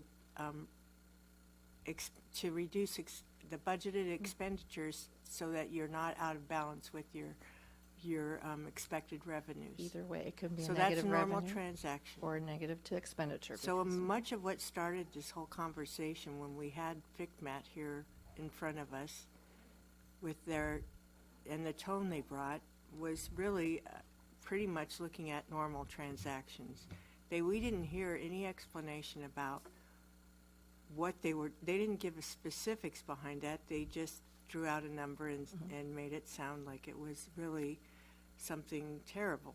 But we should probably look at some of that as having been a normal process that a district would transact to bring their budget into balance. And like if your grant comes in lower than what you expected, or if you don't have that grant anymore and you accidentally put it in your budget, which sometimes happens when you have changing staff or different things happen, you would reduce it by entering a negative, correct? I call it a budget adjustment, Right. but yes, it would be a negative entry because you're Right. adjusting it down. So if you're moving expenses from one resource to another, that would also cause one side of that transaction to have a negative and another side to probably have an offsetting increase. Right, usually you have a plus and a negative, but it depends how you sort and review, extract the data. That if you just look at negative entries, then you don't have the other side of that equation. And on occasion, have you seen where accrued expenses, the normal process for accruing an expense in one fiscal year is to reverse it in the following fiscal year. So that when the cash hits, it's actually a zero transaction in the following year because you've already claimed it in the prior year books. Correct. Have you ever seen where that negative, that reversal of the accrual in the following year has ever not zeroed out to that occasionally there might be a transaction that hangs out there because the invoice was never processed properly or against that particular, maybe somebody had changed the account code and it went to a different account. And if you're having a trouble tracking that, that could end up with a credit balance in your expenditure line. Yes, because an accrual is basically, it's from an accounting standpoint, you want to recognize the expenditure in that given year. So there are sometimes estimates because you want to be conservative, just knowing where you're at. So you could have estimated $1,000 and the actual invoice came in at $800. So that $200 difference will remain as a credit into the next year. Thank you. That's all I have to ask. Okay, any other questions or concerns? Mr. Solis. Thank you, President Pike, and thank you for the question, Ms. Hall. My question is, could you explain the circumstances of why our books aren't closed yet for the previous year? So we typically, starting from July 1st till September, we need that time to also look at our payroll because payroll processes in the month of July. There could be some expenditures that are still required from the previous month. So we have to wait for a lot of transactions such as payroll. We look at all of our vendor payments to ensure that we've captured everything because we want all the expenditures in that particular year. We're also looking to ensure that expenditures that may have been posted to the general fund unrestricted might be applicable to a general fund restricted resource, such as a grant. In case something got miscoded, we go through, review, we analyze. We look at our balance sheet. So there's a lot of work that goes into, there's a lot of entries that only happen at the end of the year. So with that, we need that time. What's also very unique for Sweetwater is, unlike some other K-12 districts, is we start school in July. So in the midst of also the team working on the end of the year, we're also starting a new school year at the same time. So we do need all that time to, a lot of key deliverables to complete that, to bring that forward to the board in September. Wonderful, thank you.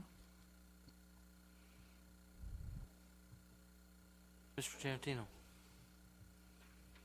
Dr. Salkeld, I'm sorry that your integrity, your work ethic, your experience is being impugned by the County Office of Education, and that goes for your team as well. I think that the attack on you indirectly is a reflection of their own inadequacies. I think they're trying to cover up the fact that they have made missteps in approving our budgets over the years, and the fact that the experience level at the CFO level may not be comparable to yours, and as a result, I think they're making up for that. My own opinion, personal opinion. In terms of the budget that we have to resubmit, and I believe you stated we have to resubmit it by October the 8th. It seems like their big objection is the fact that we have negative placeholders. And through Mrs. Hall's questioning, we've determined that that's a normal practice in budgets. So are we saying that in order for this new budget to pass the mustard, so to speak, that we're going to have to eliminate those negative placeholders? Well, it's two different pieces because one of it's negative day-to-day type of transaction, as Trustee Hall mentioned, and then what they reference as a negative placeholder is that $11 million of bargaining solutions, because we've built the budget, and then factored that in as something that would materialize throughout the year.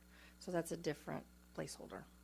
Okay, so I guess, is there any insight into whether or not they're going to approve or disapprove this new budget that we present if we submit it with the same $11 million placeholder? They have expressed how they would like the bargaining solutions to have been effective July 1st, or if not, need to be completed by October 8th. Can you remind everyone that last year at this time, Correct. with the go ahead. So last year, when the board had to revise the budget in less than 2 weeks, at that time, there was actually a $2 million placeholder, or negative placeholder, as they've stated, that was about bargaining. It even said to be determined at that point in time, because we were still having conversations. We were going to go to the table with all the bargaining units, which was the PD day. And that was implemented October a year ago, and they approved that budget with that same approach that we just presented in June, was to have further conversations with our bargaining units. Although the amount is different, but it's the same concept. Thank you for that insight. And I Dr. Sockeld answered all my questions in the presentation that she made, so I have no further comments. Thank you. Yes, I figured you would have something to say. I just have one more comment. It's really not a question, but I would like you to take back to staff. I know that there was a recent article on school services when they publish, daily several different things around school finance, and it was about don't give up, and it was directed to the financial unit of a school district, because this is very tough. It's a tough time of year. There's a tremendous amount of work.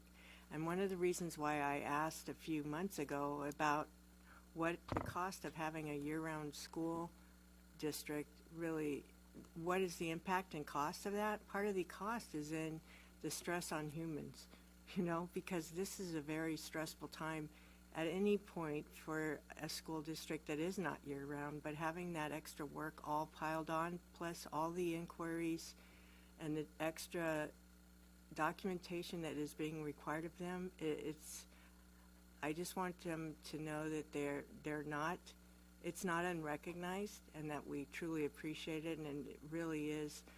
They're doing the work on behalf of everybody in this district, our students, number one. Those people that are in the back offices that nobody really understands have huge impact on what happens. So we appreciate the work, and hope that they are continuing to do their due diligence to bring in the correct numbers for us. Thank you. Thank you, Dr. Salko. Okay, let's go to L3. Yes, I have one speaker, Kathleen Cheers. I believe it's time we take a look at the number of directors we have and continue to approve. Case in point, why not change this to 2 supervisors or 2 managers? My point being, I find it hard to believe one person can oversee VAPA and CTE and give it the quality leadership it deserves. I cannot see 2 opposite ends of the spectrum between VAPA and CTE. In my opinion, one is going to suffer with one director. I think we need 2 people, supervisors or managers. It's a lower base. I see how much we're saving already. I get that. But we just don't need this many directors. And you all are going to have to take a stand sooner or later, because the optics are not good. And those of us in the community that want a quality CTE program are concerned it's going to be the CTE program that is not being given the attention it deserves. We just had San Ysidro recently, kind of not kick off, but they now have the CTE program for construction trade. Look, this is something our kids need. They're not all going to college. That is fact. This district needs to get its act together, identify the needs that our students have, and address those needs. You cannot make a silk purse out of a sow's ear. You cannot expect my granddaughter, and I'm just using her as an example, to go to college, even though she's trying. I hope she's not listening. I mean, I'm sorry. It's just, she's struggling as it is. There are many students that want a good trades program, and they're going to need someone advocating their needs. But we don't need a director. You're expecting teachers and all your other employees to take cuts, but yet you stand here, you sit here before us and are possibly going to approve a director. It just doesn't make any sense. Thank you very much. Thank you. No further speakers. Okay, if there are no further speakers, Mr. Segura. I would agree with that. Sorry, I missed that when it came through. Thank you for pointing that out, Mrs. Cheers. I've said it before. I think our CTE efforts are check the box, quite honestly, and that's unacceptable to me. And you know what? I had taken a screenshot of something I read the other day, and it says, "Students, don't ever allow anybody to convince you that a vocation, trade, CTE is somehow less than, and it's not. We need. Is somehow less than. It's not. We need trades. Be that welder, that HVAC, that lineman, that machinist. Anyone who suggests this, unfortunately, doesn't understand the big picture. And I know we have great partnerships with San Diego State and all these other things, and our students, some of our students are gonna, I spoke to a student the other day who was in the Compact for Success, and he did that, didn't finish it, but he went there, and we have a lot of good things, but it's not, and we have great partnerships, like I said, with state, but state's gonna get their money no matter what, and to me, it's just the financial burden of that is huge, and I just don't think we're exposing our students to enough of the trades or vocation or nursing or stuff, things of that nature. And I don't think this is going to help. Thank you. Any other comments or concerns? Yes. So from a student standpoint, I actually think this is a pretty good idea. I mean, correct me if I'm wrong, Dr. Alvarez, but a lot of the CTE courses and VAPA courses do interlap. For example, the Ballet Folklorico program, their CTE courses interlapped. Digital photography, I believe, media, and a lot of VAPA courses actually are considered CTE courses. But isn't there a way that we can have equitable distribution of these pathways, whether it may be CTE VAPA or not CTE VAPA within schools? Dr. Alvarez. Good evening again. So one of the options that we looked at when we were looking at budget solutions for last year, for this upcoming school year, was reducing the number of managers that we had at the district level. That was something that was called for by our community and in our own internal team. And so we used to have two separate offices. We had a visual and performing arts office that was directed by Mr. Jeff Cover. And then we had the college and career readiness office, which included the career technical education component, and that was directed by Miss Elaine Leano Elefante. So one of those positions was eliminated, so a director position was eliminated, and this co-created position was designed. In part, Mr. Collier, you are correct. It's because many of our courses do align.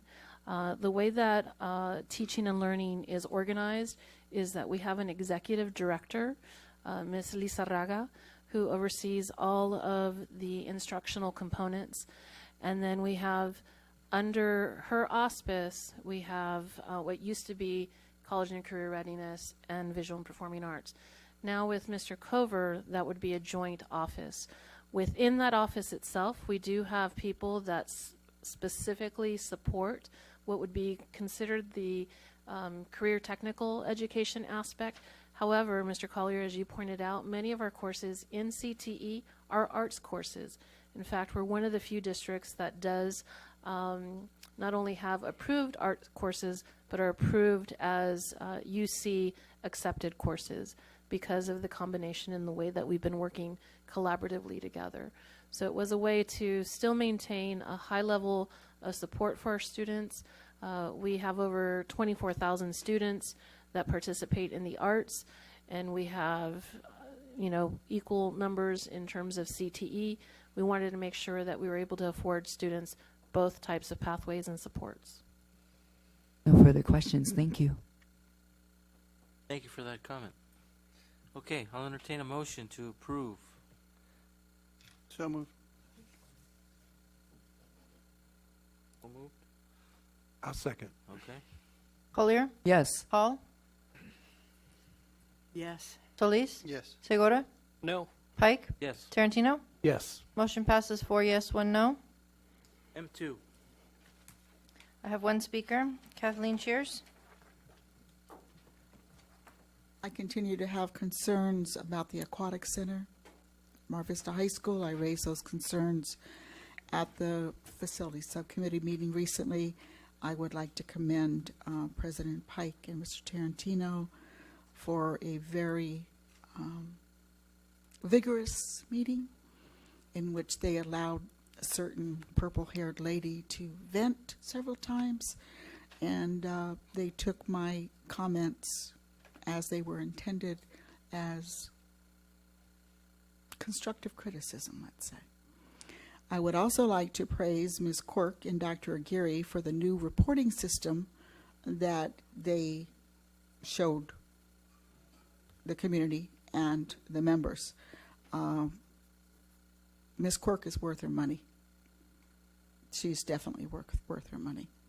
I do respectfully request, Dr. Aguirre, that the in-depth reports that we all were receiving, that Ms. Traverson was doing every month, continue. I understand that we cannot do it on a monthly basis. I appreciate that, but I would like them to continue on at least a quarterly basis. And when I say in-depth, I mean in-depth. And I thank you very much. Okay. Thank you. No further speakers. Any other comments or questions? Yes, Pulled sir. by Mr. Tarantino. Oh, sorry. Thank you, President Pike. I had a question regarding the PBS engineering issue, project Sweetwater High School Theater Facility PA system installation. I know that we discussed this at the facility subcommittee meeting, but again, for the benefit of the public, why wasn't, if in fact this is a PA system, why wasn't it installed at the construction of this building? It's only about, what, 5 years old? Mr. Aguirre, you have the floor. Thank you, President Pike. So in essence, what we've come across is the facility itself was lacking. It's not necessarily a PA in the sense that I think most of us think about. It's really an emergency communications system. So when something goes awry or something happens, there are alarms, but there's not a method to get a verbal message out. So again, now that we've become aware, we have a duty to act on it and ensure we're addressing it. As to what the thought process was, I can't necessarily speak to it in the past, but that's why we're moving on it at this point in time. So it isn't necessarily a sound system for theater productions or activities that take place in that theater? That is correct. Okay, thank you. Okay. Did you have a question? No. Any other questions or concerns? If not, that was answered very well, and I'm sure it was probably a Taj Mahal that was just overlooked, right? Okay. Move to approve. Second. Go ahead. Collier, Yes.